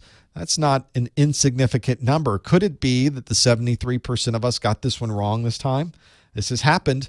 There have been times where one of these has been 0%. Maybe the answer was verify index settings on SQL databases on this one. Could it be? Well, it certainly could be, I guess. But in this case, it sort of is not. TACACS Plus is used for remote access authentication. It's one of these mechanisms we talk about with AAA. AAA, if we have a AAA server, it's a server that's going to be providing authentication, authorization, and accounting, which is really not accounting the way you think about it. It's somebody who's logging what's happening as things are coming through. That way we know who authenticated to the network. Did somebody try to authenticate with the wrong username and password?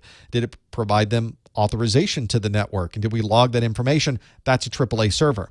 There's many types of protocols used to this higher AAA server name, this idea of being able to have everything centralized in one place. And TACACS is one way that you would take advantage of this.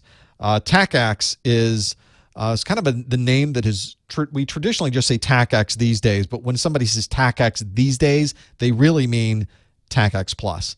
Nobody's using TACACS anymore. This is the original type of remote authentication protocol, originally used with ARPANET. That's how far back TACACS goes.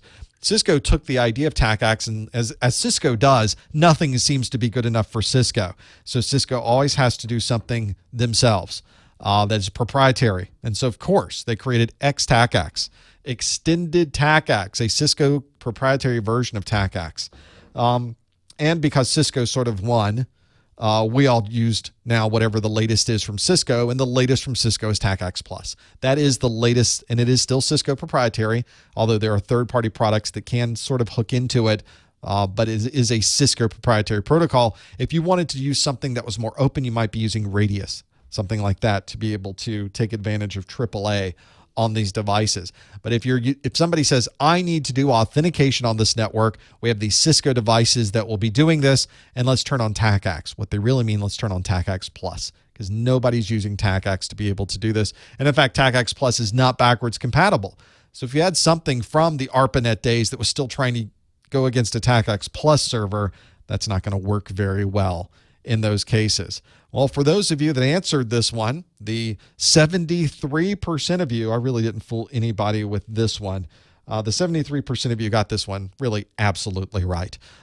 It would not route traffic across redundant network links. That's not what TACACS Plus does. Verifying index settings on a SQL database, I don't even know what that is. I just sort of made it up. Transferring documents between file servers, that's not TACACS Plus. That would be an SMB or some type of file transfer protocol. There is encrypting all network traffic sent between two sites. Although that was a strong number 2, it is not the way we would encrypt all network traffic between 2 sites. Generally, you do that something with IPsec would generally be the best way to do that and work through those pieces. That is where you would see authenticate login credentials. That's where you'd see TACACS Plus used. If you answered C, the 73% of you got that one absolutely correct. Well done. I can't believe we've come to the end of another hour of my study group. If you're watching live, you might want to stick around for hour 2 where I just kind of open up the phone lines. We can really talk about any topic whatsoever. I have questions you've also sent me, and we can go through people in the chat room talking about these as well. I do have these Security Plus groups, study groups that I do every month, and the next one is scheduled for February the 17th. If you're watching this on the replay and none of these dates make sense whatsoever, you can always go to professormesser.com/calendar. And also on the right sidebar of my website, I list them out as well. So wherever you go on the Professor Messer website, you'll be able to see when the next set of study groups might be. I love doing these every month. It's great. We all get to have a good time and participate and talk in the chat room. And it's a good way to go through all of the things you need to know for your Security Plus exam. Well, remember before you go that there are my Security Plus course notes that you can find out more about at professormesser.com/securitycn. And as I mentioned, you just have to type in professormesser.com/ the name of your favorite online service, YouTube, Twitter, Google+, Facebook, Instagram, LinkedIn. If you think of one I haven't gotten there yet, tell me. I'll create a new link for that one. I try to get them all going. I don't know if I have a link for, what's the other one? There is one that I am on that I don't have a link there yet. I have to figure out which one that is and put that in those cases. Don't forget your voucher discounts, 10% off any of your CompTIA exams is available at professormesser.com/vouchers, thanks to our friends at GTS Learning. And again, make sure you get your free hour of live labs at professormesser.com/seclabs, SEC labs, for security labs. And you too would be able to try that hour, see if it's something for you that you would like to do. Well, that ends our full hour of our study group. Stick around for the after show. If you're leaving now, hate to see you go, but thanks for joining us. And we'll see you next time on the study group. Thanks, everyone. Ooh, boy, are my arms tired. Let's see if I can get my phone line going for this. Was it MySpace? Was that where I was? Maybe that's the one I was thinking about. I don't think that's where I was. I was thinking of the one where it's just sort of a business card front end. And for some reason, it's blocking in my head which one that happens to be. We'll have to figure that out. Let's see if I can get the phone lines up and running. In the meantime, this is just me, of course, being able to do this. Let's call in to the call-in, shall we? So that you can call the number as well. I should probably... Thank you for calling Call-In Studio. That's really loud. Yes, I will. I should probably start a show before I do this so that will actually work for the call-in studio. Uh-oh. Now I can't get back to my call-in studio. Let's do this. Oh, don't want you to hear that. Enter your 6-digit PIN. Well, I will do that. Welcome. Welcome. So there we go. Now, if you'd like to call in to talk about, darn near anything, you can certainly do that. And the phone number here is 855-785-RJ45. If you're calling on Skype anywhere in the world, you can call for free by putting a +1 in the front, +1 855-785-7545, and being able to do that. So you're welcome to call in. We've got phone lines are open. I think I've got 4 or 5, maybe 10 phone lines, something like that, all queued up. We never use quite that many, or rarely use quite that many. But we've got some folks that are calling in. So you can also ask questions in the chat room as well. Have that there. No, I've got LinkedIn there as well. So let's go to the 240 area code. Are you there, caller? What's your name? Hey, Priya, thanks for calling. What can we do for you? I have a couple of questions. Now, is there a website that you subscribe to stay abreast of all these new vulnerabilities specifically? It is a constant challenge to stay up to date with everything. And while we're talking, I'm going to bring up. I'm not going to show my. I use, quite honestly, an RSS reader to be able to do this. I have a set of RSS feeds that I don't think people take advantage of enough, but it's a great way for me to consolidate down everything that I like to read in one place. There used to be a number of free RSS readers out there. Google had a really good one at one time, but it's kind of a technology that has not really taken off for whatever. It actually took off, but the commercial side of it has not. Almost every website you go to has an RSS feed that's created of the content that's being put on that site. And the idea is that you could have your computer, some type of machine, go out and grab that RSS feed, see what's new. It would sift through it and present to you a list of articles that are new without you having to go to that very website. I use a reader called a News Blur, BLUR, to be able to do this, but there are a number of commercial and free products out there to be able to do this as well. So for instance, in my security list of things in my RSS reader, and this probably is not a complete list. In fact, I'm noticing there's one that is not on my list that I like to go to. We'll talk about that. One that I go to a lot is Krebs on security. Brian Krebs is a well-known independent journalist. He is the one that has broken a number of these very large data breaches.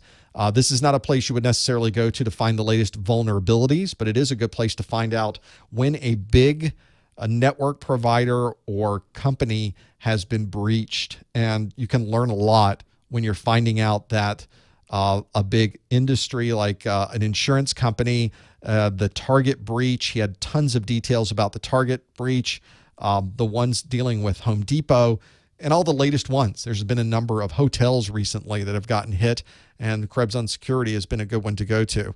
One that I go to quite a bit is one called Naked Security. This is from Sophos, so it's a little bit Sophos-ish in some of the things they do, but they do a very good job at giving a very high level of what's going on in security right now. Even though it is owned by Sophos and their name is clearly at the top, and some of it is very specific to Sophos, they do a really good job of overall what's happening in security right now. There is also Security Week, which is a good RSS feed for security news. And you can also go to other places like Microsoft, who has their own set of security feeds. So if you're ever wanting to know when's the next Microsoft patch, what is in that patch, what's going on, the Microsoft RSS security feed, the one it's called Microsoft Security Content, and I get what they call the comprehensive edition to be able to see what's happening. And probably one of the last ones I look at, which is extremely informational, is from SANS. SANS is especially their Internet Storm Center. They have a network feed, an RSS feed for their Internet Storm Center, because they not only will tell you where the vulnerabilities are, but they will tell you when they see additional network traffic that is focused around some of these attacks. And I find that remarkable, and being able to see some of the graphs and information they have. You can see instantly when all the bots start going out and trying to find somebody who might be vulnerable. And it's a good way to find out when there might be some type of weirdness going on that maybe you don't know about, and yet the bad guys do, and they're trying to take advantage of it. Sometimes we know about vulnerabilities before we know about them, and that's one of the ways we do it. That's probably a pretty good segment, Priya. Does that help a little bit? Yeah, it does. Thank you for that one.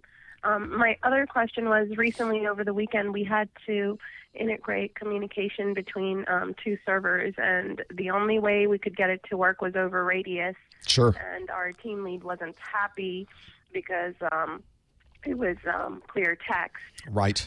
Would IPsec be the right way to go to encrypt the communication between the two servers? It would certainly be a way to encrypt communication between two devices. Usually you see IPsec being done from a site to a site, so that if you had two sites that were on the internet, you could create an encrypted tunnel, and then it wouldn't matter what you sent between those. It could all be in the clear information, but it would all still now be encrypted because it's encapsulated within this encrypted tunnel that is encrypting everything going in and out. You will see cases where people will use a device talking into a VPN server from a client perspective, where it's a many people talking into a single device, and they're using IPsec to do that as well. Normally these days, I think we see most people performing in a remote access VPN solution. It's usually being done over SSL, just because SSL is easier to get through a number of firewalls. But I see people do use IPsec these days for that as well. IPsec's a great way to encrypt data between devices. There's a little bit more overhead. There's certainly more CPU cycles that are used to be able to perform that. But usually when you're talking about radius authentication these days, the authentication may be sent with a username that's in the clear, but generally the password information is usually hashed. So there isn't as big of a security issue using radius in this way as you might think, because the hash is there. Now, obviously, sometimes you don't want people getting access to the hashed information, especially if it's not a salted hash, because somebody could reverse engineer the hash, not reverse the hash, but they would effectively brute force until they were able to match the hash information. But that's the decision now you have to make. How secure is the network between these two devices? Is a hash something that's reasonable to be able to send information back and forth? Is it not a hash? Maybe you need to do a packet capture and determine just how vulnerable is that information going between that link, and maybe radius would not be the right solution. So maybe the frowny face relating to radius may be appropriate, or maybe it may not be as bad as you might think. You're going to have to do a little bit more research to find out. Okay, great. Thank you so much. You're so welcome. Thanks for calling. There is so many different options to do this as well. Part of what I've done in the past, in one of my past lives, was all relating to sending information back and forth over sites, over these encrypted tunnels, and being able to protect the data from a firewall perspective. And it is a challenge to be able to find the right solution to be able to do that. Let's go to the 757 area code. Are you there, caller? Hey, Professor, how you doing? Hey, what's your name? Hey, this is Antonio. I talked to you a couple of weeks ago, and I went to go pay for my voucher, but I'm kind of confused now because they got the 802 and the 801, yes. And now they got the 901 and the 902. Yes, they do. So what would be the better bet for me to do? What is going on with that? Well, for those of you not familiar, this is referring specifically to the A+ exam. The A+ certification was updated and on December the 15th. So this has only been around for about a month. The 800 series exams are still available to take until June. But what CompTIA has said is that now we've got a new version of the exam. It's out. It's the 900 series. It's the one that's going to be available for the next 3 years. You can now take either one, because they don't want to have it where you've been studying for the 800 series and suddenly have the 800 series pulled out from underneath you and you won't be able to take it. So they've given us a ramp of about 6 or 7 months where we can still take the 800 series. So I usually will tell people, if you've already been studying for the 800 series, you've gotten your books, you've gotten all your study materials, you've been watching the 800 series videos, keep working towards the 800 series. There's no reason to change as long as you know you can get both of those exams done before June the 30th. Because at June the 30th, they both go away and you'll have to completely restart with the 900 series. If you're somebody who isn't quite sure you're going to be able to make that date, or you're just starting out in your study process, you haven't bought any books, you haven't really spent a ton of time studying, then I think the 900 series might be the better choice. That way you don't have a time crunch, you're not worried about a date, a deadline coming, and you can get the latest materials with the latest operating systems and the latest things you would need to know, and you don't have to learn some of those older technologies. It's sort of your call on that one, Antonio, and figuring out which one is going to be best for you. I'm taking your study group for the A+, and I'm doing the Security Plus as well. But the Security Plus book that I have still has the 301 stuff on it. Oh, wow. So it's the exam cram, and they still doing the 301, but I'm going to get the new 401 stuff this weekend. Good. But even with the A+, since they had the 802 and the 902, and I'm trying to really get everything together, what I was figuring was just like I was gonna just take the 801 and the 802, and then like maybe in another 3-4 months take the Security Plus and be done with it. I just wanted to make sure that I was making the right decision because that's a lot of money to spend. You're right, I and didn't really want to take the A Plus because it's split into 2 sections with the hardware and the software, and I really didn't want to do both. But I just kind of just said, let me see what I wanted to do first. keep in mind also you're thinking exactly the right way. You should be getting study materials that match the version of the exam you're going to take. There's quite a bit of overlap between the 800 series and the 900 series. There's probably about 75% of the content is exactly the same. It's that 25% that will get you, though, on the exam. You don't want to not have 25% of what you need to know walking into a certification exam. So getting the right materials is absolutely the right way to go. Also, keep in mind, you can't mix and match the 800 and 900. You can't take an 801 and then take the 902. You said before in the study group last month or early this month that in the 901 and the 902, they're doing more of the command line and a lot of other stuff that they're not even touching in the 801 and the 802. Yep, there's a ton of Linux information. Mac OS is now on the exam. So those are things that you'll now need to know if you take the 900 series. If you already have 800 series books, you won't be touching any of those. So it's kind of a personal preference, and it's kind of a timing thing about when you'll be able to take both of those exams. Hopefully that'll help you out, Antonio. Thank you very much. You've been a big help. Absolutely. Good luck with those. There's so much to know too. The 800 series exams are broad. There's so many details that you would need to know to get into that. Before we go back to the calls, I know some of you are waiting. I thank you for calling in. Let's have a look at the chat. Make sure I'm not missing anything there. That looks good. Let's go to the 215 area code. Are you there, caller? What's your name? Yes, sir. My name is Jason. Hey, Jason. Thanks for calling. What can we do for you? Basically, I've been studying for the Security Plus for quite some time now. And my question is there anything that I could use as far as resources that would provide an assessment of my strengths and weaknesses in Security Plus? Just so I don't have to go back and study the entire, 12-chapter book. What? You don't want to study all of that content that's on the Security Plus study guides? It's a huge amount of content on the Security Plus exam. I don't blame you. What I usually will recommend is sort of twofold. One is to get a good book. And I have my videos, which are great. But when you're learning from a video, it's different than when you're learning from a book. The video is more visual and I can show you things. A book certainly has more detail in it, and you can read things faster in a book than you can watch things in a video. So there's a timing thing there as well. But one of the advantages with a book, most really good books are going to have sample questions inside of them. And you should absolutely take advantage of those. I've just got to a point when I was reading some of these books where I was skipping over the pre-test they give you before a chapter, and I was skipping over the post-test. Like, why are they putting this in here? Then I realized there's a lot of great information that's right there. And even if you go back and do it after you read, it will help you get some of those topics solidified more in your brain. The other thing I can recommend, there are a number of books out there and third-party resources that are just sample exams. And those sample exams are a great way to sit down with questions that really are coming directly from that particular exam. And you're going through and learning more about what you need to expect when you sit down for the real exam. There are companies that do this. GTS Learning, when you get their live labs, they include some sample exams, for example. I think a lot of people try to do that. You need to find a resource for these sample exams that is reputable. There are a lot of really, really bad sample exams on the internet. So if you do go out and try to find something that's maybe out there for a lower cost or for free, just make sure you keep that in mind as you're going through them, that some of this material might be from an older exam, or it might not be providing you with an accurate representation of the real exam questions. But I think sample exams are a good way to test your knowledge on how much you've done.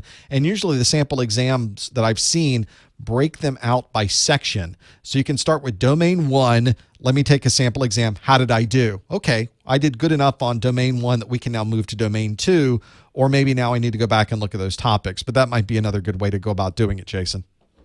I just purchased last night CertMaster. What is your opinion on CertMaster? I have not even looked at it. CertMaster is it's more than just sample exams and sample questions. It is produced by CompTIA directly, which is it's kind of a new thing for CompTIA. They've never created their own series of study products before. So now they're doing that. And I've just never looked at it. It's basically, for what I could tell, it's a bunch of exams on the different domains, but the questions you get wrong, you are repeatedly asked till you answer them correctly. It kind of takes you down a path of really knowing what those things are, this adaptive idea of testing you, finding out where your weaknesses are, and then really drilling you on those weaknesses. It's a great idea. I've seen mixed reviews, and I personally have not looked at it myself to know how good or how valid it might be. With me, it's sort of, too, I want to be able to apply what I'm actually learning. You know, a teacher that I had for Security Plus said there's such thing as paper certified. It is a challenge. It's hard to do on a certification exam, though. And I often tell people, if you get a certification in a particular thing, this doesn't mean you know everything there is to know about that topic. That means you're at the very beginning of understanding that particular topic. And now you get to apply those things as you go on through life. And I think the performance-based questions kind of help with that in the exam. I think a lot of people thought that for a long time with CompTIA, and I could see how that would be the case, because if you know the answers to multiple choice questions, how are you really applying that? But the performance-based questions they now add into the certification exam make you configure a firewall or put things in a particular order or fill in the blank with certain things. Now you have to really apply some of the knowledge you have. I think that's helped. I don't know how accurate those performance-based questions really are to the exam materials quite yet. I'm not convinced completely, but it's helping. So that at least is a balance between what they used to call paper certs and something that might be more practical. And that's how I am, too, is with, the hands-on learning is something I want to learn, too, because my greatest fear now is I will go for an interview for an entry-level security position, and, I'll put down the certification that I have, and then I'll go to actually apply some of that knowledge and exactly have no idea what I'm doing, because it's mostly just a, sort of knowledge based on the exam. Well, here's kind of the secret that most of us in IT know these days is we don't know all of this stuff. Even when you're in the role of doing network administration, I just left a role where I was in almost 7 years doing security, specifically around next generation firewalls. And even after the 7 years, I still didn't know everything there was to know about this technology and the way it operates. I knew a lot about it, but I was learning new things every day. And that's because the industry itself is changing. And it's because one person can't possibly know everything there is to know about phase 1 and phase 2 of an IPsec tunnel setup. You can know a lot of intricacies, but one of these days you're going to go set one up and something doesn't work right. You're like, how is this possible? I've been doing this for years, and then you learn about this new thing that you didn't know about. That's just the nature of the beast. And it's something that the more comfortable you get with being uncomfortable, the better you seem to be in IT, as weird as that sounds.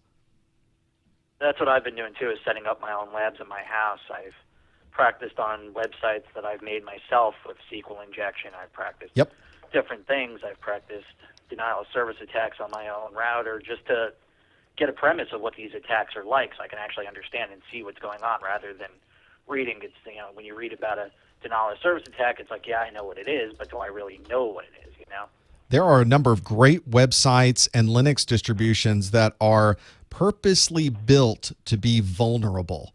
And those are great because now you can step through the hacking of that application that was built this way and understand, oh, well, that's how they're doing a SQL injection. I had no idea. I was just reading SQL injection, but from that I couldn't figure out how are they getting to the data. Oh, that's how they do it. There are a number of really great websites. I'm trying to find the one I was on recently that took you through a SQL injection and other vulnerabilities in a browser, so you didn't even have to have a lab set up, which was really brilliant. I will find that, and I'll tweet it out here today once I figure out where that is. Maybe somebody in the chat room can help me.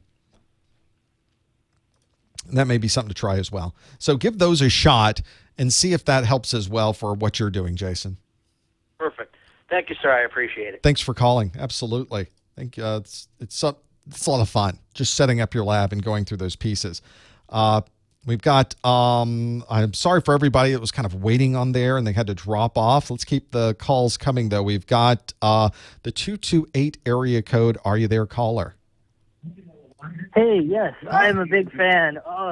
I'm here with my class, and they want to know how does Kerberos and LDAP work together? Oh, the idea, the Kerberos and LDAP piece. And in fact, you may have noticed they're so intertwined these days. Which class is it, by the way? What's your name? Oh, my name's Noel. Hi, Noel. Thanks. What class is there watching the study group?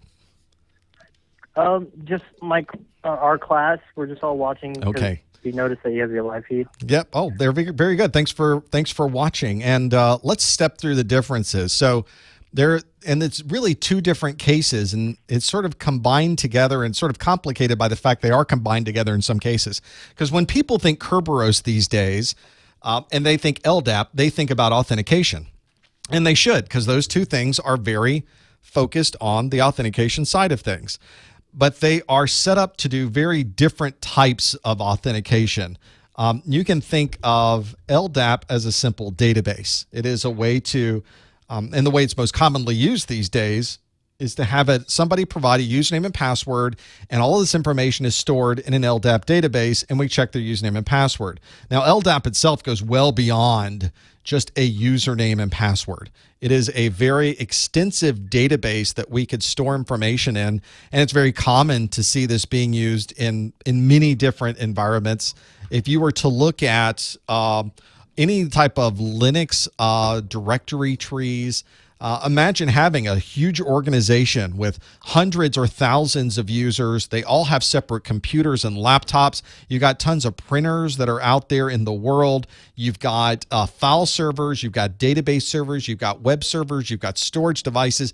There's tons of equipment. So how do you manage all of those different devices? And the best way to do it is to put them all into some type of database. Well, a very generic way to do that's with an LDAP database, and it uses a format called X500 to store this information in the LDAP database. LDAP itself goes into a lot of intricacies and knowing what these different containers are and how people access them. It is extensive. I'm kind of looking back to show you what some of these different storage devices are. Things like common names, organizational units. So when you name a device, you can name it very specifically. For instance, it is the common name of this device is Widget Web because it's a web server. It lives in an organizational unit called marketing. It's in an organization called Widget. Maybe that's the name of the company that's located in London. It happens to be the same state, London in Great Britain, and it's part of widget.com. So it's a very specific set of parameters that's written really weird, but it is a very common way and set of parameters to really describe a device. No other device in the world, especially in our network, has that same set of attributes. Now, what you can also do is store other attributes like usernames and passwords in the database as well. And when we talk about accessing an LDAP database for authentication, that's one of the most common ways that we would use this database. But it's very singularly focused. It's a database of objects, and I can authenticate to that database with usernames and passwords if my usernames and passwords are also part of the LDAP database. Very common to do that for somebody logging in through a VPN. Maybe the VPN concentrator can talk to LDAP databases, and you tell it where your usernames and passwords are, and that way everybody can use their normal credentials to be able to gain access to the network. And that's kind of where the authentication ends. It doesn't go much farther than that with LDAP.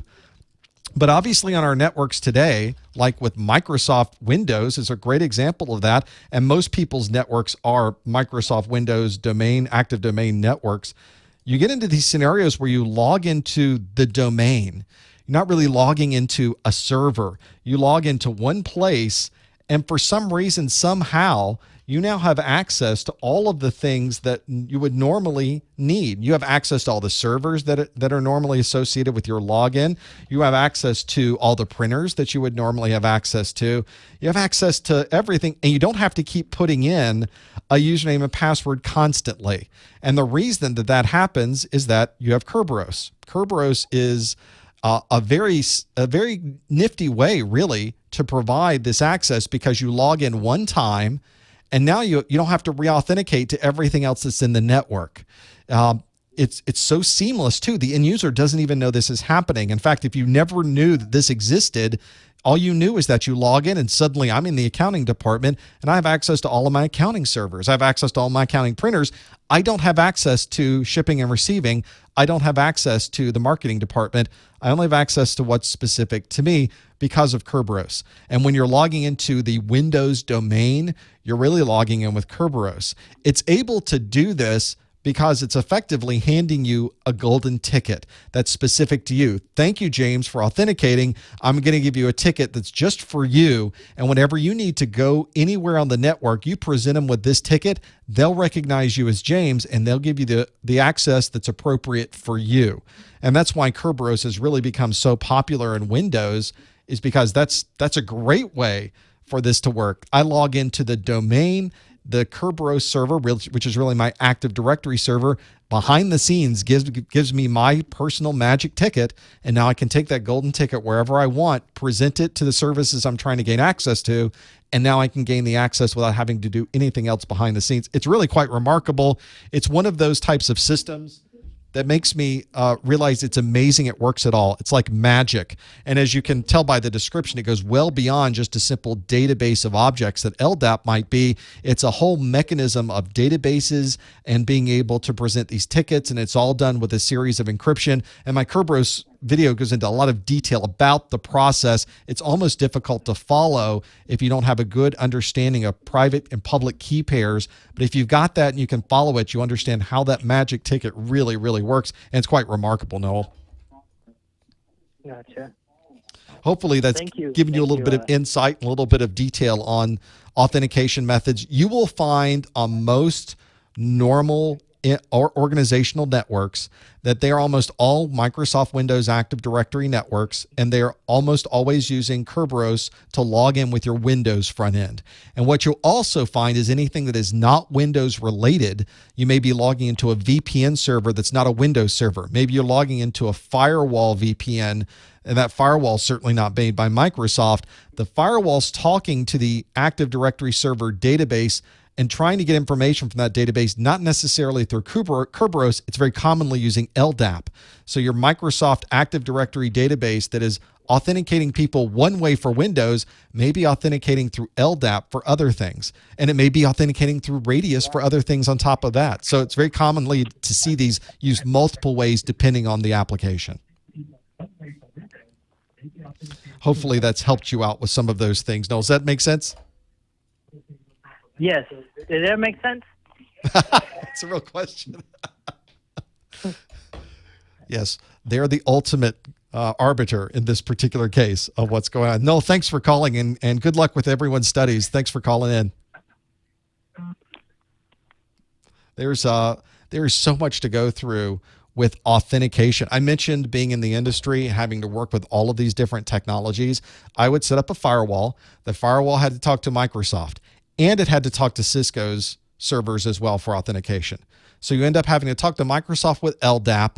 You end up having to talk to Cisco with Radius. So you had to set the Cisco server to talk Radius back to me because it normally does TACACS, and you had to make sure you were accessing the correct secure LDAP port on the Microsoft device because it usually talks Kerberos.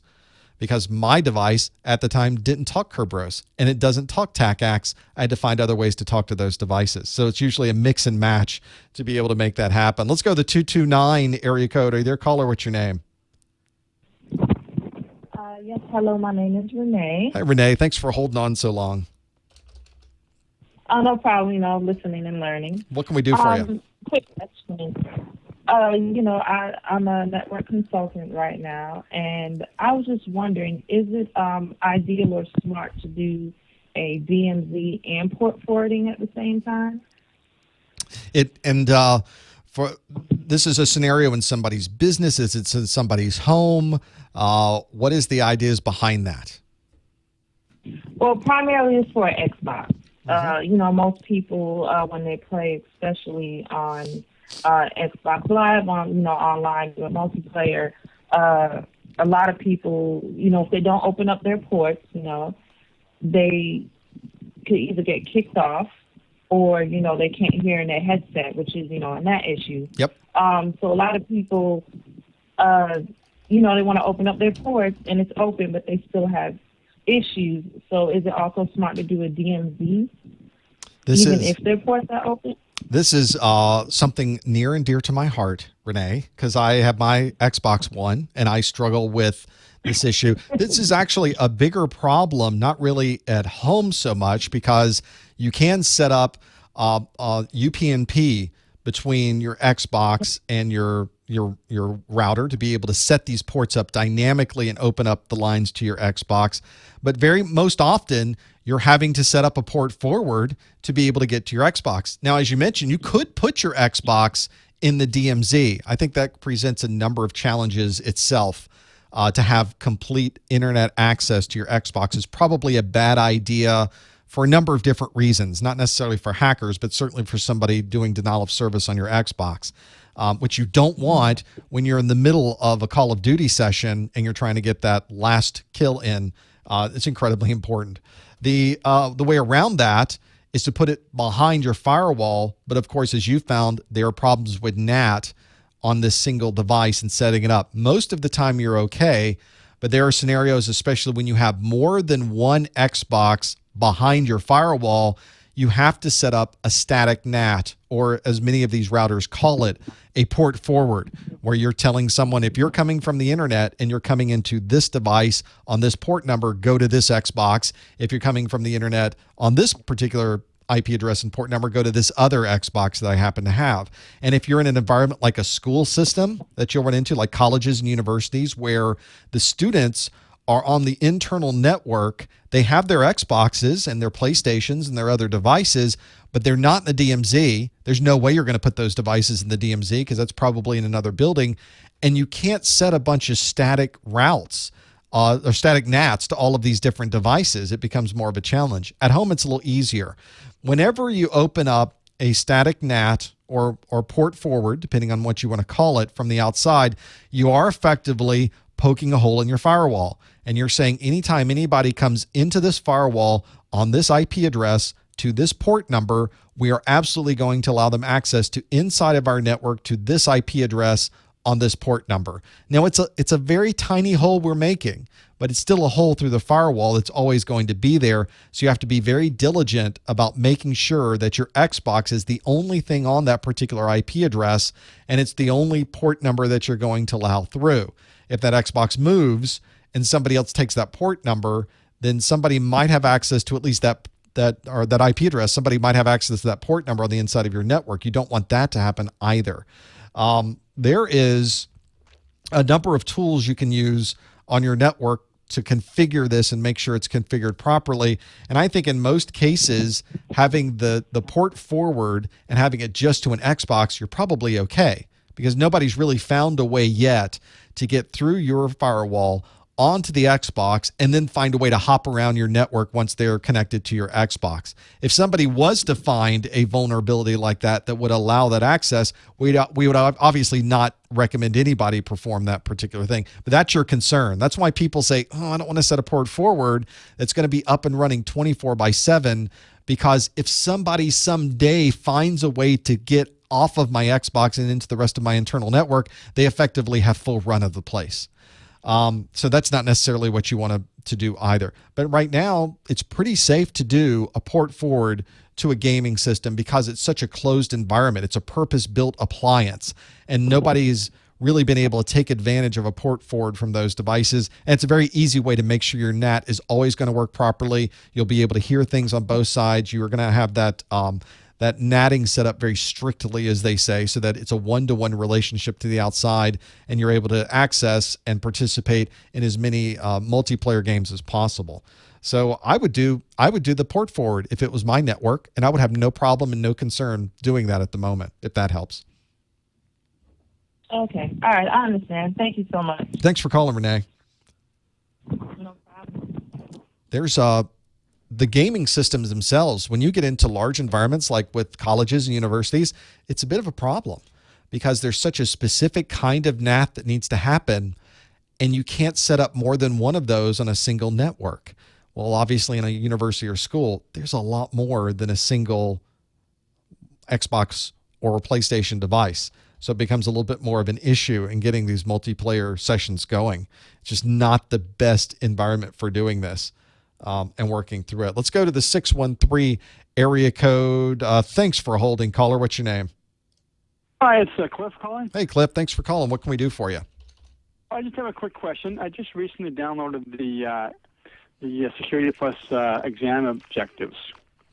Good for you. And I noticed you're just listing 10 ports to know for the exam. Yes. However, the source material I'm using is mentioning, the book that I have is referring to many, many more ports, which I think would be obvious. But should I skim over those or take it with a grain of salt and just focus on the 10 listed ports and other the material that I see on the objectives just to save study time and deal with those, or should take that list with a grain of salt? I have seen some books that will list out pages and pages and pages of port numbers in the book, and I have no idea why they do that, because CompTIA gives you a very specific list of all the things you need to know on the exam. Now, they give you a lot of different protocols, and they give you in the exam objectives port 21, 22, 25, 53, 80, 110, 139, 143, 443, 33, 89. That's all they list specifically in the exam objectives. And I have no idea why a book would deviate so broadly from the exam objectives when what we have found through word on the street, guys talk, you hear things, is that CompTIA stays very, very, very close to the exam objectives. Now, they do give themselves an out because they say in the exam objectives, the list of examples provided in bulleted format below each objective are not exhaustive lists. Other examples of technologies, processes, or tasks pertaining to each objective may also be included on the exam, although not listed or covered in this objectives document. Even though they give themselves that very sneaky legal out, what we have found is that they actually stay pretty darn close to this list on the exam objectives. And I will stick to my guns on this one and say that if you stay only to the topics that are on this exam objective and you understand completely all of these objectives and you can check them off of this as you go down the list and you know everything that's on these exam objectives, you're going to pass your exam. I don't think trying to learn anything beyond the scope of this exam objectives helps you at all for the exam, personally. Maybe somebody will be able to tell me different and tell me in the future, like, oh no, I was asked some crazy things about port numbers. Nobody's ever said that to me. I've never seen anybody list out. They've always said, yeah, it stayed very, very, very close to the exam objectives, which makes me think that even if they did go outside the scope, we're talking about on domain 1 is 20% of the exam. Domain 1 consists of section 1.1, 1.2, 1.3, 1.4, 1.5. So there's 5 sections in that. In section 1.5, or no, excuse me, 1.4, one of the bullets inside of section 1.4 is the port numbers. Now, based on that, how many possible questions could they ask about port numbers on the exam, knowing what the percentages are for that entire section, for the section of ports that are associated with this? You might get 1 question. You might get 2. Would you even get more than that based on the amount of questions you could possibly be asked? I'm not sure. So make sure that I'm going to stick to my guns and say, if you stick to exactly what's on the exam objectives and don't deviate from that, I think you're going to be fine. Well, that's good to know. That's reassuring too. I'm going with that, and I don't think there's going to be a problem if you stick with those. You know, it's one of the things that I struggle with when creating my videos is that I could go off on some tangents for a while with some of these topics. We could list out many other port numbers. There's certainly many other protocols we could talk about, and that's just one section of the exam. But I try to keep my videos specific to the exam objectives. But if there are things you're interested in, absolutely go out and learn more about these topics. I think the broader view you have about these topics can only help you understand the more detailed view that's on the exam. So I always tell people, take my videos for what they are. They're a very specific set of videos that are going to tell you exactly what you need to know to pass the exam. And I really don't go well beyond the scope of that, but there's plenty more to learn, and learning more might help you with what you're doing for the exam. So that's my perspective anyway. Well, I want to get this done ASAP, and so far the video content is excellent. Great. I just started using your site a week ago, and it's great. And I'm eager to order the your course notes. That's great. Thanks, Like Cliff, companion- for that feedback. And absolutely go through that list of things. Use the exam objectives as your master checklist. Go through this, and Okay. if you can go through that list and check everything off, you'll be ready to take your exam, and you're going to pass it. Great. Well, thank you very much for your time. Thanks for calling, Cliff. That's I think that's just a good master view of the world. If you have this list of things and they're telling you exactly what's on the exam, you'll be fine. For those of you that are taking your Network Plus and your, I think it's Network Plus, let me look real quick, and certainly your A Plus, they've just changed the format of the exam objective, so don't be thrown by that. Let me bring up the 10.10.006.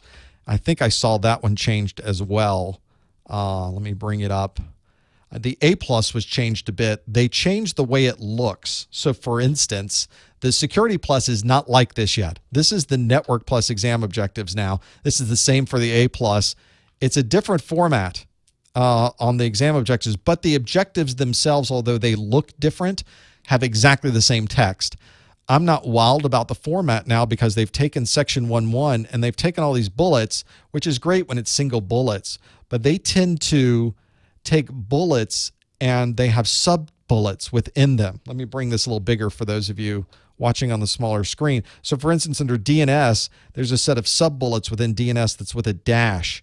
And in some of these sections, it's hard to follow. Like for instance, copper cables is bulleted and then there's sub bullets for copper cables. The sub bullets go to the top of the page and then there's another bullet. So you have to work harder to figure out what's under what section now. I don't know why they did this. Why'd you make it harder on the thing that was probably the most important topic that you would need to know for the exam? That makes no sense that that's what you would do. And yet that's exactly what they did. Why? Why did you do that? It's not really useful to have that. And it's pretty. Nice job. You made it look nice. It's got funny, it's like colors and there's icons on it. You know, the design person got in here and did a great job designing it. Look, it's green. The different sections have different colors. It's just now less usable. And I'm not sure that's really an improvement, CompTIA. It's one of the things I'm not a CompTIA partner, so I can kind of be a little bit more straightforward here, is that was not a good move. You didn't make it easier. You made it harder. Yes, it's the marketing department got it. Oh no, what are we going to do? It's marketing, but that's what they did. They gave it to the folks who make things look pretty, and it didn't go so well, unfortunately. It's too bad when that happens, but there it is, nonetheless. Let's on the chat room. Let's see how you guys are doing in there with some of the stuff you're working on. We've kind of been going back and forth over some of the things on these pieces. And working through this. So one of the things in the chat room people are asking is talking about NAS versus SAN. We sometimes will use these terms interchangeably, NAS and SAN. And there's really one fundamental difference between these two and being able to work through these. If something is a network attached storage or NAS, that is kind of a very basic connectivity to a remote device. And it's what we call file level access. When we need to access a file, we access on a NAS, we access the entire file, we work on the entire file, we replace the entire file. If we need to change just one thing in that file, we have to rewrite the entire file to change maybe one character in a document. The entire file has to be rewritten. It's a very inefficient way to communicate, but it's a very inexpensive way to store information across the network on these devices. So a NAS, very simple in the way that it operates. A SAN is a bit more detailed. A SAN uses something called block level access. It is almost as if, you can think of it this way, it's almost as if it is a local drive, except it just happens to be located over the network. That's the best way to think about a SAN. And that's why when we have organizations that have very large storage arrays, it's always a SAN array because it's a very efficient way to write data. If we're just changing one bit of a file, we just change that one bit of a file. We change that one block. We don't have to change the entire file around it, which of course, as we get into bigger and bigger and bigger files, that's pretty important in being able to work that way. Obviously, on both of these, you're going to be using a lot of bandwidth because you're sending files across the network, using a little less bandwidth, a little more efficient if it's a storage area network than a network attached storage. So if you're ever working through those differences, you're looking to buy something that's the most efficient for your organization, you're almost always going to be purchasing a SAN. If you're buying something for your home that's going to be something connecting to the network and it's going to be for backup purposes, you're almost always buying a NAS because that's such an inexpensive thing to put on the network. You don't need block level storage. You're simply storing files on this remote device, and it's less expensive to have to work through as well.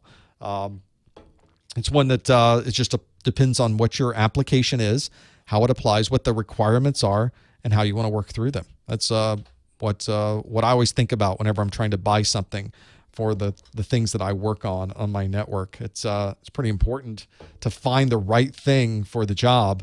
I don't want to spend more money than I'm spending, but I want something that's going to work well. And I don't mind spending the extra money if it's going to do what I need it to do. That's it's always the cost benefit that you're going to have to determine for yourself. There's a number, I think, on my network. In fact, I have a setup on mine that is using primarily NAS, but I have some SAN functionality within it as well. I've got a Synology RAID array on my network, and I've currently got it set up for block level access. So I'm able to access it as if it is a block level SMB, or in my case, Apple Share file array. So it makes it very easy for me to read and write files very efficiently to that array. Pardon me. Get some hot beverage there so I can talk a little bit more. When I look at questions that came in this week, there's a lot of focus on what you need to know for the exam. And I always go back to the exam objectives for these things. One of the questions was more around Security Plus itself. And I saw a number of comments on Reddit this week, and they all were about the same type of thing. This is the Reddit CompTIA subreddit. And people ask this question a lot on my website too, which is, I'm planning to get this certification. I'm planning to get Security Plus. I'm planning to get Network Plus. I'm planning to get A Plus, whatever it happens to be. I'm planning to get fill in the certification here. How will this look? How good is this to look on my resume? Or I'm working towards a position in network analysis. How good is the Network Plus for this particular thing that I'm doing? And what you end up getting are a lot of responses, and they're usually people who personally give you their opinion of that certification. Oh, that's a good one to have. That's not a good one to have. Have you thought about getting this one? This one might be a good one to have. But none of it seems to address the overall requirement, which is, what are people looking for? That's what you should be going after. If you're really working towards a particular thing, you have a particular goal in mind. I want to be in a security department. I want to get entry level into networking. I want to work and do this type of role. Go out to where people are hiring. Go out to Indeed, go to Dice, go to Career Builder, go to whatever the latest and most popular job posting site is for your particular geography. Go out to that site and look up those jobs. What are they asking for? Are they asking for Security Plus? Are they asking for a Cisco certification? Are they asking for a Microsoft certification? If I was trying to get that job, that's the certification I'm going to go try to get. Because they may think the Security Plus is nice, but that's what they're asking for. And there's a reason they ask for that. These certifications and things that go into a job description aren't put in some type of vacuum. Very often they go right to the person who is doing the hiring. They're making the hiring decision, and they're being asked by HR, what are the minimum requirements for this job? What do you want somebody to have in this position? So go through and absolutely go through that list, because they wrote that down, handed it off to HR, and then HR posted the job. So it does have some semblance to reality based on it. And that is an important consideration. So that's where you should start, is what are people asking for? That's what you want, and being able to do that. Want to be a pen tester. I think the whole world would like to do penetration testing. And yet there's very little penetration testing jobs out there, relatively speaking. That's such a small niche of security. There are people out there doing penetration testing, so don't take my sarcasm or off-puttedness as something that is negative. It just seems it's a very sexy job. Hey, I'm doing penetration testing. I'm checking people's networks, and I'm the bad guy, and except I'm a good guy, and I'm going to go in and pretend I'm the bad guy. And it's a fun job. That's a cool job. That's fantastic. And you get to see so many different things and go into many different networks, and it's intriguing to be able to find these types of things. Most people do a lot of this inside of their own organizations as well. You can be internal to your company and do penetration testing and not even necessarily be a pen tester. You're just part of the network security team. It's really network security that is the very large, broad role that you'll really find most people doing in security, where you are setting policies, you are managing firewalls, you're setting up IPsec tunnels, you're managing the certificates for your servers and services on your network, you're managing your domains and access to those. That is a much broader set of jobs that are out there. And if you're looking for a job in security, that's the big broad one you start with. That shouldn't prevent you from looking at a job that does pen testing, because they're out there and they're certainly positions, but they are positions that are certainly not entry level, and there are dramatically fewer heads available. Those head counts are dramatically fewer than somebody who is doing a much broader role in security and setting up the SIM and connecting to all of your security devices and monitoring the security on your network and creating the reporting of who's authenticating into the network and running your own audits and your own penetration tests within your environment, where it's not just you doing pen testing, it's you doing much more than that. You will absolutely have the ability to do penetration testing if you work in network security for an organization. It's just that it won't be the only thing you do. And it's an incredibly valuable skill to have, because now you can really see how secure your systems are that you've now set up. And can I get into these systems? And how do people get into them? And you get to test them yourself. It's an intriguing role or intriguing part of a role that you'll have when you work on things in security. So I think you should absolutely pursue that, but just keep in mind that you'll probably be doing other things as well along the way. What is the most cost-effective way to achieve my Security Plus certification? Mark asks this. And I found a number of different things you can do. There's certainly a number of free resources on the internet, my videos just being one of those. But there's a number of people that have things that you can watch on YouTube or things that you can do. A lot of people don't take advantage of their local library. Libraries have a ton of information, including sometimes access to other third-party technical libraries. My local library here has access to a number of Kindle libraries and other electronic book libraries. I don't know that any of them are technical. Some of them actually may be some of these more technical book groups of books. So if you're someone who maybe you don't have the money for Security Plus, or maybe you're interested in learning more about these technologies and you're wondering, maybe I should find a certification book, your local library may already have these. So take advantage of that, especially some of the electronic services. I was even seeing today that some libraries don't even require that you go down there and present your authentication information of who you are and your numbers. You can simply connect online, confirm who you are based on some type of other criteria that you are local to the area, and then they give you access to that right there. But even stopping by the library is a great thing. Libraries are fantastic.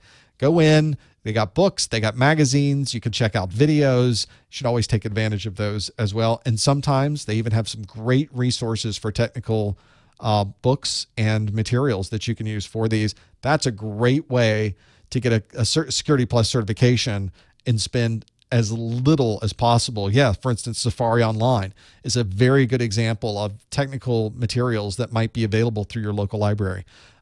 Just one example of them. There are a number of technical groups of books out there like that you can gain access to. And some have some of these training materials associated with them. So take advantage of that.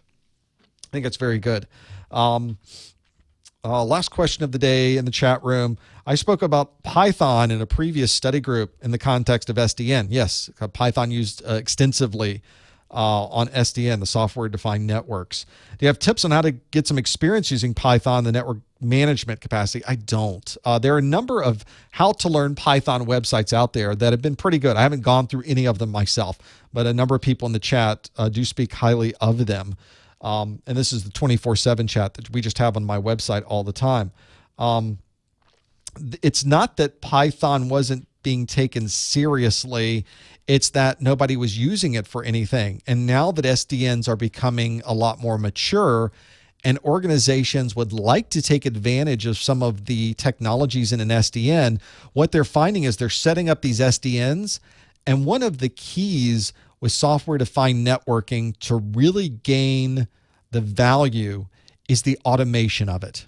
A lot of people have set up SDNs, but they aren't automating as much as they really could be. And that's because to automate it, you need a way to write code to be able to automate all of these different things to happen. If I need a new database server and I need something to automatically recognize a database server is getting overloaded and then can automatically deploy a database server. But of course, when you deploy the database server, it needs to be added to your load balancer.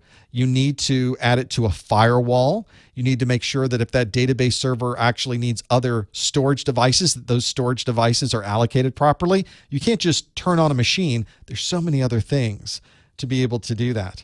It's not that money is lost with an SDN. It's that people aren't using it efficiently to be able to gain the performance enhancements of having the SDN.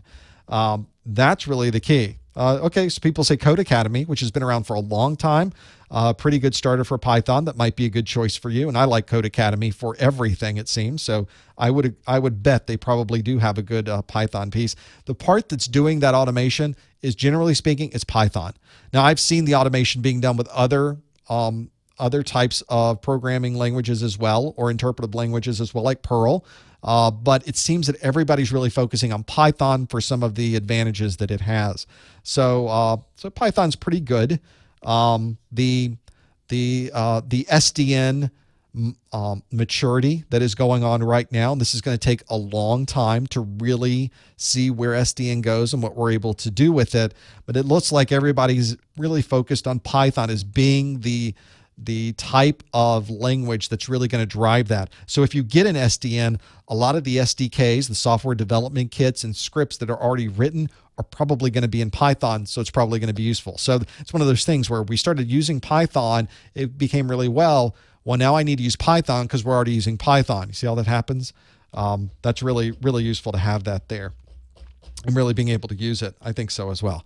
Well, we've come to the end of another hour. I'm now losing the ability to speak. So that's when I know we finally hit the wall on this one. I want to thank everyone for joining us today, for calling in to the study group as well. I could not do this without your support. Remember that we have see what I mean? Remember, we have all the resources available on the website for you.